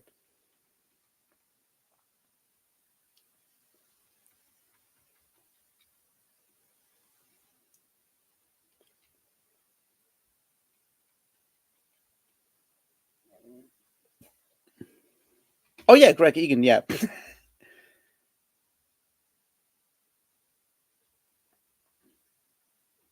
I mean, you have a lot of like with the whole like lit RPG stuff. You have a lot of people that go under pseudonyms. I think that kind of works because they keep like, they keep themselves like anonymous and have like a virtual persona or whatever, and that kind of works. But like with publishers, they kind of expect authors to do all kinds of promotion stuff these days. I remember like years ago, that was like when Steven Erickson started a Twitter account, which I don't think he's using it anymore. And he was like, yeah, my publisher reminded me that my contract states I have to actually keep up promotional work on at least two social media platforms. And that stuff is baked into contracts for publishers right now. It's like, if you're a new author, they will make you do stuff. And that is fucked up because it's like, why do I still have a publisher if they don't even do like the promotion stuff anymore? Um, and there's certainly, stuff we talked about there. I'm not going to go into the whole like self pub versus trad pub kind of thing today, but the idea that to and that goes back to what we talked about like much earlier, right? It's once again to turn it much more about like a personality, because what you want is for your author's readers to develop like a parasocial relationship with your author, so they'll buy whatever that author sells. You're not going to buy, and that's why they need to be on social media and maybe do some personal stuff on there. And there's some people that are absolute naturals at it. It's Brandon Sanderson is an absolute natural at that because he grew up. I mean, he's sort of like slightly older than me, but like he's one of the he's like the first like internet generation. He hung out in like Wheel of Time fan forums and stuff in the 90s, and he kind of gets fandom, and he kind of gets social media in a way that like older authors and other authors that have not been this involved don't get. So a lot of this stuff like comes natural to him. He's like intuitively good at creating this kind of thing. So you have a lot of like Brandon Sanderson fans that are just like fans of the person Brandon, like the public persona of Brandon Sanderson. Obviously they don't know the guy, but like, of the public persona. And that's sort of like the thing that people want. That's the goal of the publishing industry, to have like every author be like Brandon Sanderson in not the writing, but like in the way that they can sort of like bind their readers and their potential readers and fans to themselves and make them sort of keep coming back, because that's what you want at the end of the day. And so that's why staying completely anonymous is maybe not something you can do unless you turn the whole thing into like the big mysteries, like who is whatever. It's like we've seen that with Elena Ferrante, right? It's like people were trying to find out who she was, and I think she was unmasked, and that was like a huge scandal. It's like not respecting her privacy and so forth. But like the idea is there's like either you make the anonymous thing your brand, or you become a public persona, or create a public persona. Because once again, it's not so much about content. It is very much about making a personal brand and making people like you, so they buy stuff from you no matter what you're selling. And that's baked into the system. But people that make videos about how authors are supposed to be TikTok stars now maybe don't want to tackle that, because it means to use that word that we don't use on BookTube, which is capitalism, because then it becomes political.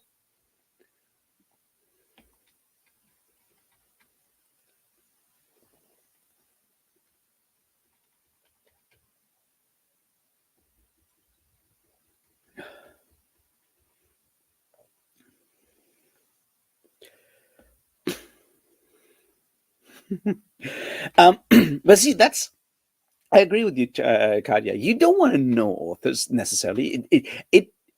It's painful to find out about some authors. It's the same thing. Like the internet has been a curse and a blessing in that regard, because like I remember like back in the 90s and early 2000s, when it took me a while to actually have like proper internet access, because I'm a weird kid.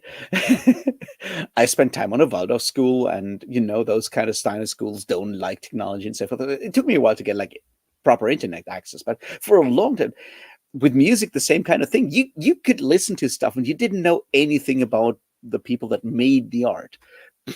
But separating the art and the artist is much more difficult once you've seen every writer's dick pics online. To put it bluntly, you know what I mean? And that's kind of the downside, which is I don't like the term cancel culture, because I think it gets overused and so forth. But like, it is much easier to turn like dislike, or turn an author's personal takes into a reason to dismiss their art. Now that every author has to be constantly online and say dumb stuff, because like we all like online say dumb shit. Like if we post online, we'll say dumb shit. We have dumb takes. It's just like built in, because we're human. We fucked up. Just to be clear, I'm not excusing, like the full on like sexual assault or whatever, the actual like despicable stuff, like the dumb takes that sometimes get like thrown around. Was like, oh, you can't like this author, like 10 years ago that author said something I really disagree with. It was like, yeah, but you said 10 dumb things I disagree with at the same time. It's just like built in, and by forcing everyone to be as openly online as possible. We kind of build that in and make that idea of like separating art and artist as impossible, ever more impossible. And that's something that the market kind of wants.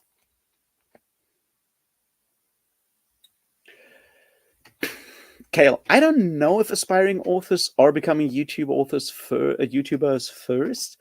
I have seen people talk about the fact that sometimes agents will ask people that submit manuscripts to them about the social media profile and the social media following, which is once again the things like they will not tell you to be a YouTuber before you become an author. But if you sort of hear through the grapevine and everyone else telling you like they'll ask you for your social media following, what you then do, because obviously the system is so much larger than you, in uh I'm running out of words. You'll just do that on your own without like a direct sort of command to do it. You just like do that in advance.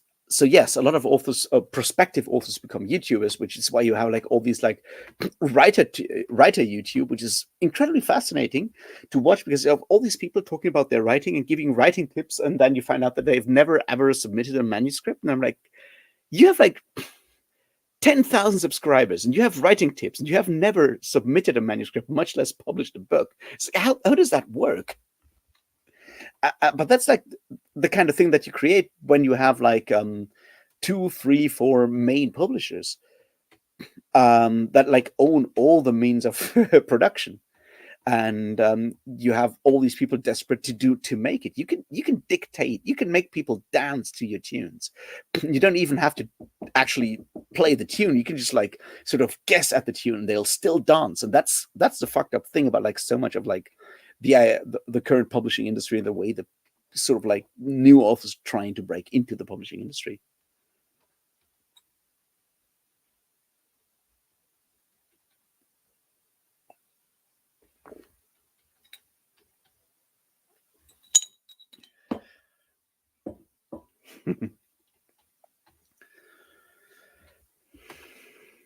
But see, that's an interesting case that you bring up with J.K. Rowling, Kale, because J.K. Rowling had the potential to almost be like she's sort of like a proto Sanderson, but because she's a bit of a boomer and then went that hard turf turn, she kind of fucked it up. But like before she started, showing the turf colors with like liking the wrong things and then going the I stand with Maya and all that bullshit, right? Her audience, like people were fuck. Anyway, people were following her on Twitter massively. Like she had like a lot of clout online in a way that other authors did not have before. So she had all of that, but because she's too old and too, I don't know, angry, politically fucked up, whatever you want to call it, she kind of wasted that specific kind of sort of like ability to keep her very specific fandom. And like the old school like Harry Potter fandom has mostly moved on, right? The people that are now supporting J.K. Rowling and are doing, buying merch and whatnot, they're mostly people that are doing it for political reasons, and it may work out financially for her because she's so high profile, but it doesn't necessarily work out for anyone else.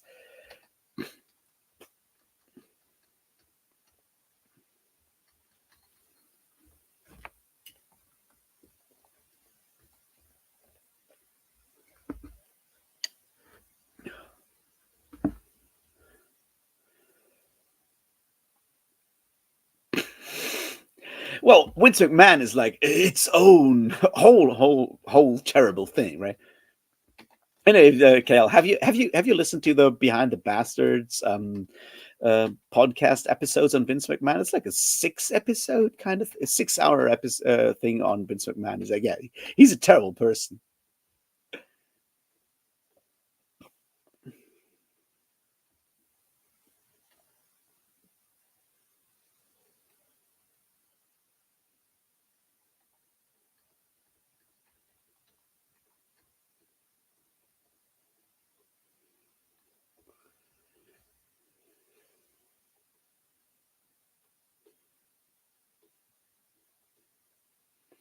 I don't know which certain booktuber you mean. I assume you mean Daniel Green, but I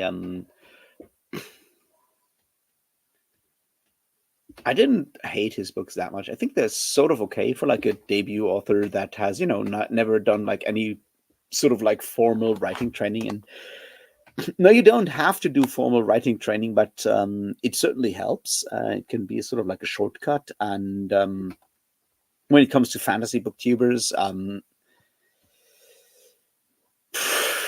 um, you need to read broadly outside your own genre if you want to actually get your genre right. And that's like one of those things that I don't think a lot of fantasy booktubers necessarily do when they start writing their own book. It's like, no, it helps if you've also read a bunch of classics and maybe read a bunch of thrillers, a police procedural or two, like a hard-boiled crime novel or whatever. Yeah, those will help you write your fantasy fiction. But if you've only ever read like Wheel of Time and Brandon Sanderson and a bunch of other fantasy, you you're losing influence. And that's something you can see with like music or writing or whatever. Like whenever we create art, right, what we do is always we take all the stuff we've taken in as art before, like all our influences, whether it's the stuff we really love or the stuff we just like had to read as kids in school or whatever. We take all of that stuff, we put it into the thing that we then create. Because I mean, obviously we add our own stuff, but like most of it is influences. And the more varied our influences are, the more like stuff we can pull from. But if we only read fantasy, if all the fantasy we read is fantasy that was published in the last 20 years, we're losing a lot of that stuff. Because like, someone like Robert Jordan, Wheel of Time, right? Despite all the stuff that I've said about it, like he at least sometimes read Robert E. Howard, obviously, because he wrote Conan stories. He may have misunderstood Robert E. Howard massively. I mean, he has, but you know, there's other influences. Like the further down you go that road, the less influences you have, which is bad for creating art. You need to sort of like look beyond that one thing that you want to create into all the stuff that you've also done to make the thing you want to create stand out. And that's certainly something that is difficult with Daniel Green's first two. I have not read his sci-fi, his cyberpunk thing he published this year. I think it was last year. Gods, time flies. Anyway, I have not read that. I've read the Rebels Creed thing, and the second part, which no, Rebels Creed is the second part. Breach of Peace was the first one. Like I've read those, and yeah, I can pick out his main influences, and they're like two or three influences, and that I'm not going to say that makes the book bad, but it makes it very, very limited in its sort of like expression and the possibilities for expression, I think.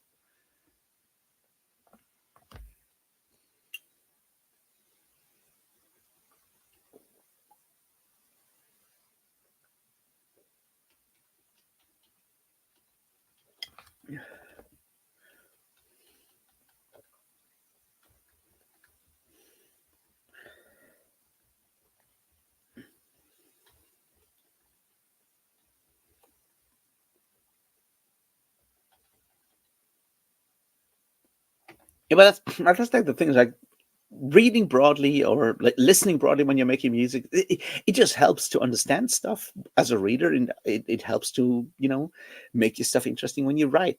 I always like to do that. Like some authors, when they have like websites, they have like their like stuff I've been reading or recently or whatever. And it tells you a lot, right? I mean, it's how I just discovered Melanzan was through George R. Martin, because he was like, "Hey, I've just read Night of Knives. It's really good. It's like the other side of Stephen Erickson's thing. You should go and read it." And that was like George R. Martin in like the 2010 or whatever, back in the day. And at the same time, he was also reading The Amazing Adventures of Cavalier and Clay by Michael Chabon and some other stuff that I've forgotten. Some George MacDonald Fraser and is it called? It's called Black Atlas or something like that. I keep forgetting the name about that. The black boxer in like 19th century England and stuff. So he's reading widely, and Richard K. Morgan, despite all his, turfy tendencies nowadays, is that like the stuff he was reading and recommending was like, some Thomas Pynchon, some Jeff Vandermeer, some all kind, some Marlon James, A Brief History of Seven Killings, all kinds of stuff like authors where I'm like, yeah, their prose style is good. They know how to write. Those people read broadly. They don't read just fantasy.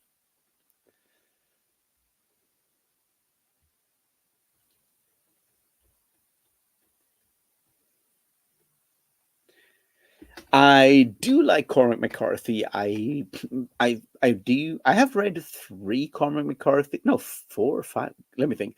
I've read Blood Meridian. I've read The Road. I've read what's the one the Coen Brothers movies about? No Country for Old Men, and I've read The Passenger and Stella Maris, and I do like them all. Yes.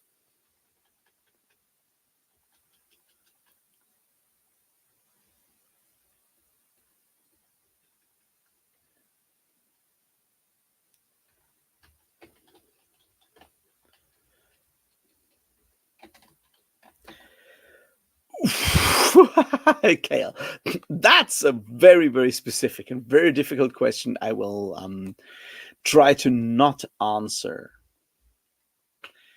The worst chancellor besides Hitler? Like, do you mean since Hitler? Because before that, we also had some really bad ones, right?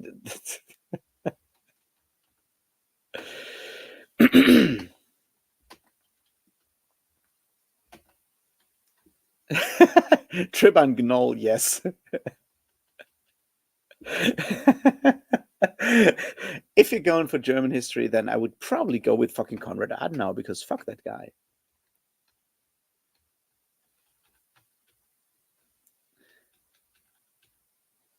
But yes, Triban Gnoll, yes.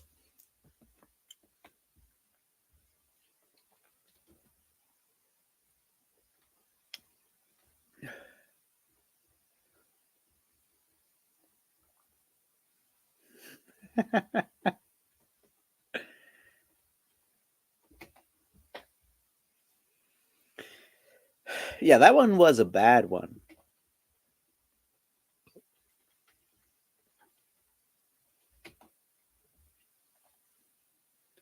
So yeah, let's try to sort of like wrap this all back up together, right? It's like I think like what we often misunderstand is like how there is like an insane power imbalance between like publishers and authors, and how that makes authors do stuff that they think publishers expect from them, which leads to all kinds of terrible things like people calling themselves kimchi and pretending to be Asian to sell their manuscript, which is so stupid, like from the outside, but also so insulting. And it's like, but how do you create an environment where people think that's the way to go? And I think that's the stuff that sometimes gets lost in like the whole like making individuals obviously responsible for their choices, which yes, but you might still want to look at like the system that creates the kind of like pressures that makes individuals make those wrong choices, and that kind of gets lost in the whole idea of like the necessity to sort of promote your own stuff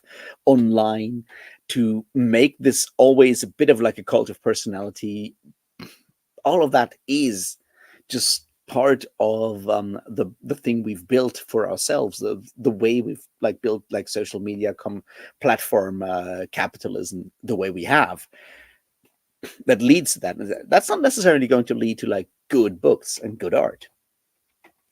Good art will still come out because that's just human nature. Someone will write a brilliant book and it will reach the right people, and it will become a big deal because we kind of like that stuff as humans, right?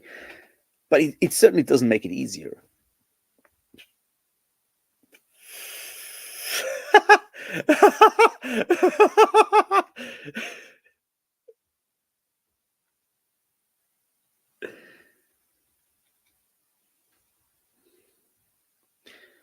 My favorite Malazan book. So, depending on whether we take just the Malazan book of the Fallen, then it would be Midnight Tides. if we're taking the entirety of the Malazan writings, I would probably go with Fall of Light. I think so.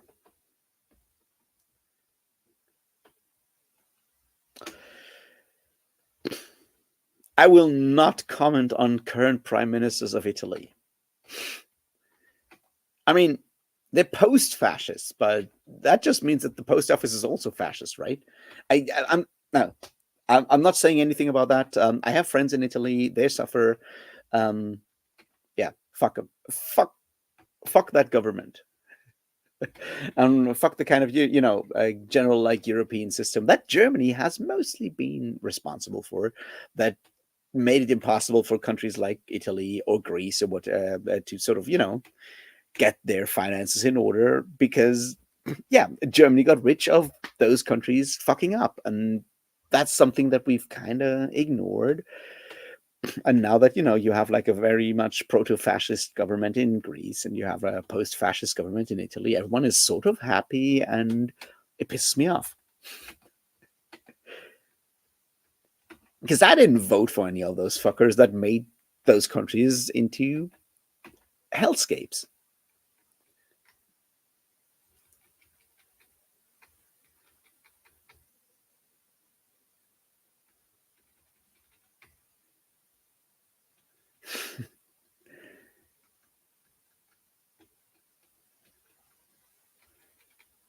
Fall of Light is so good. How far along are you by now, Kadya?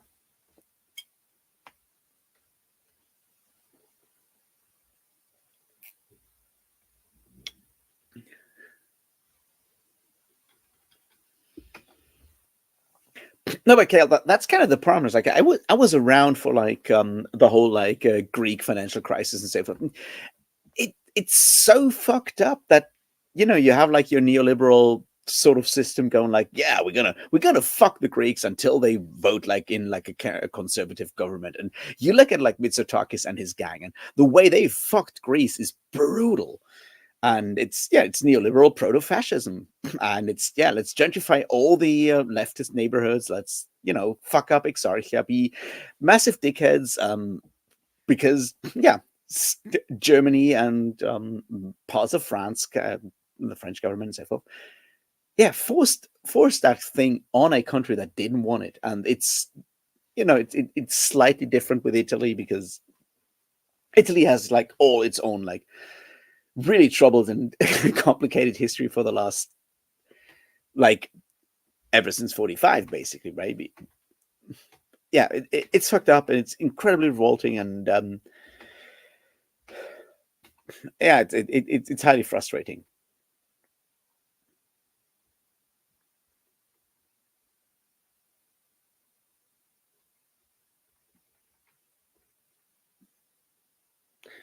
Ah, okay. You're in for a bunch of like really interesting surprises, Cardia.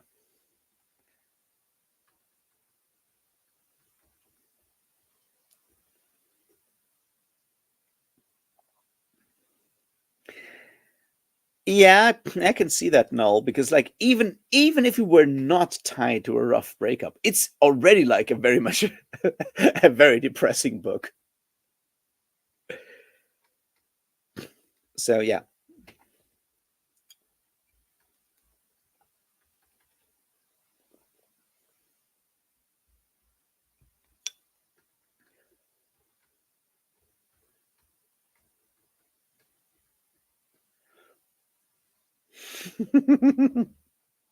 Yeah, I know, biggest. It is a really good one.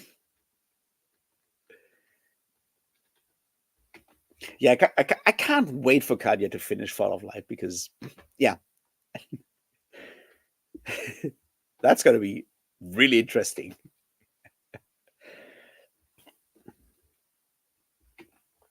So apparently, No Life Forsaken's coming out next year in like April, I guess, which is good, but I still want Walk in Shadow.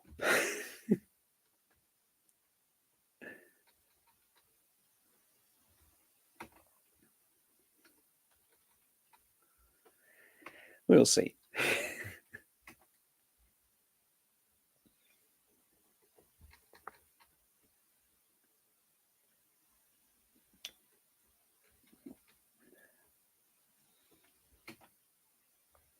All right, guys. It's 11:30. We've been doing this for like 2.5 hours. You guys want to keep going or not? Because I'm running out of this beer, and otherwise I would have to go back to the fridge and take another beer.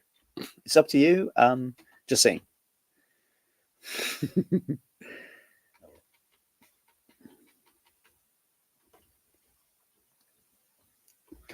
Oh yeah, Katya, you'll love that.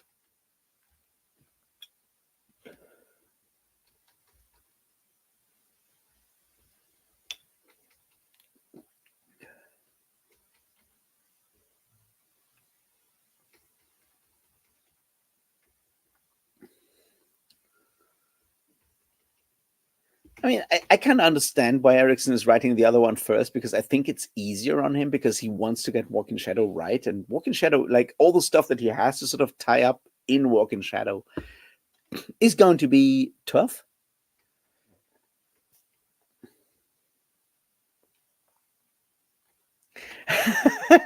I know that problem, biggest. I know that problem.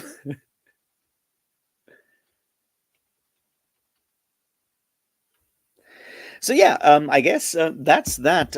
Find a window of your choice. Thanks for hanging out.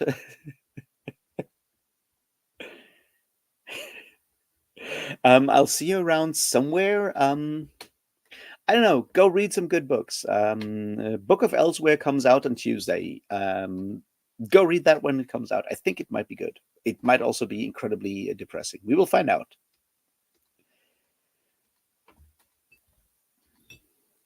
So that's what I'll do. I mean, I'll read Bury Your Gaze tomorrow, which its own thing. But until then, guys, thanks for hanging out. I enjoyed it. I hope you enjoyed it, and I'll see you, well, very soon, I guess. Anyway, cheers.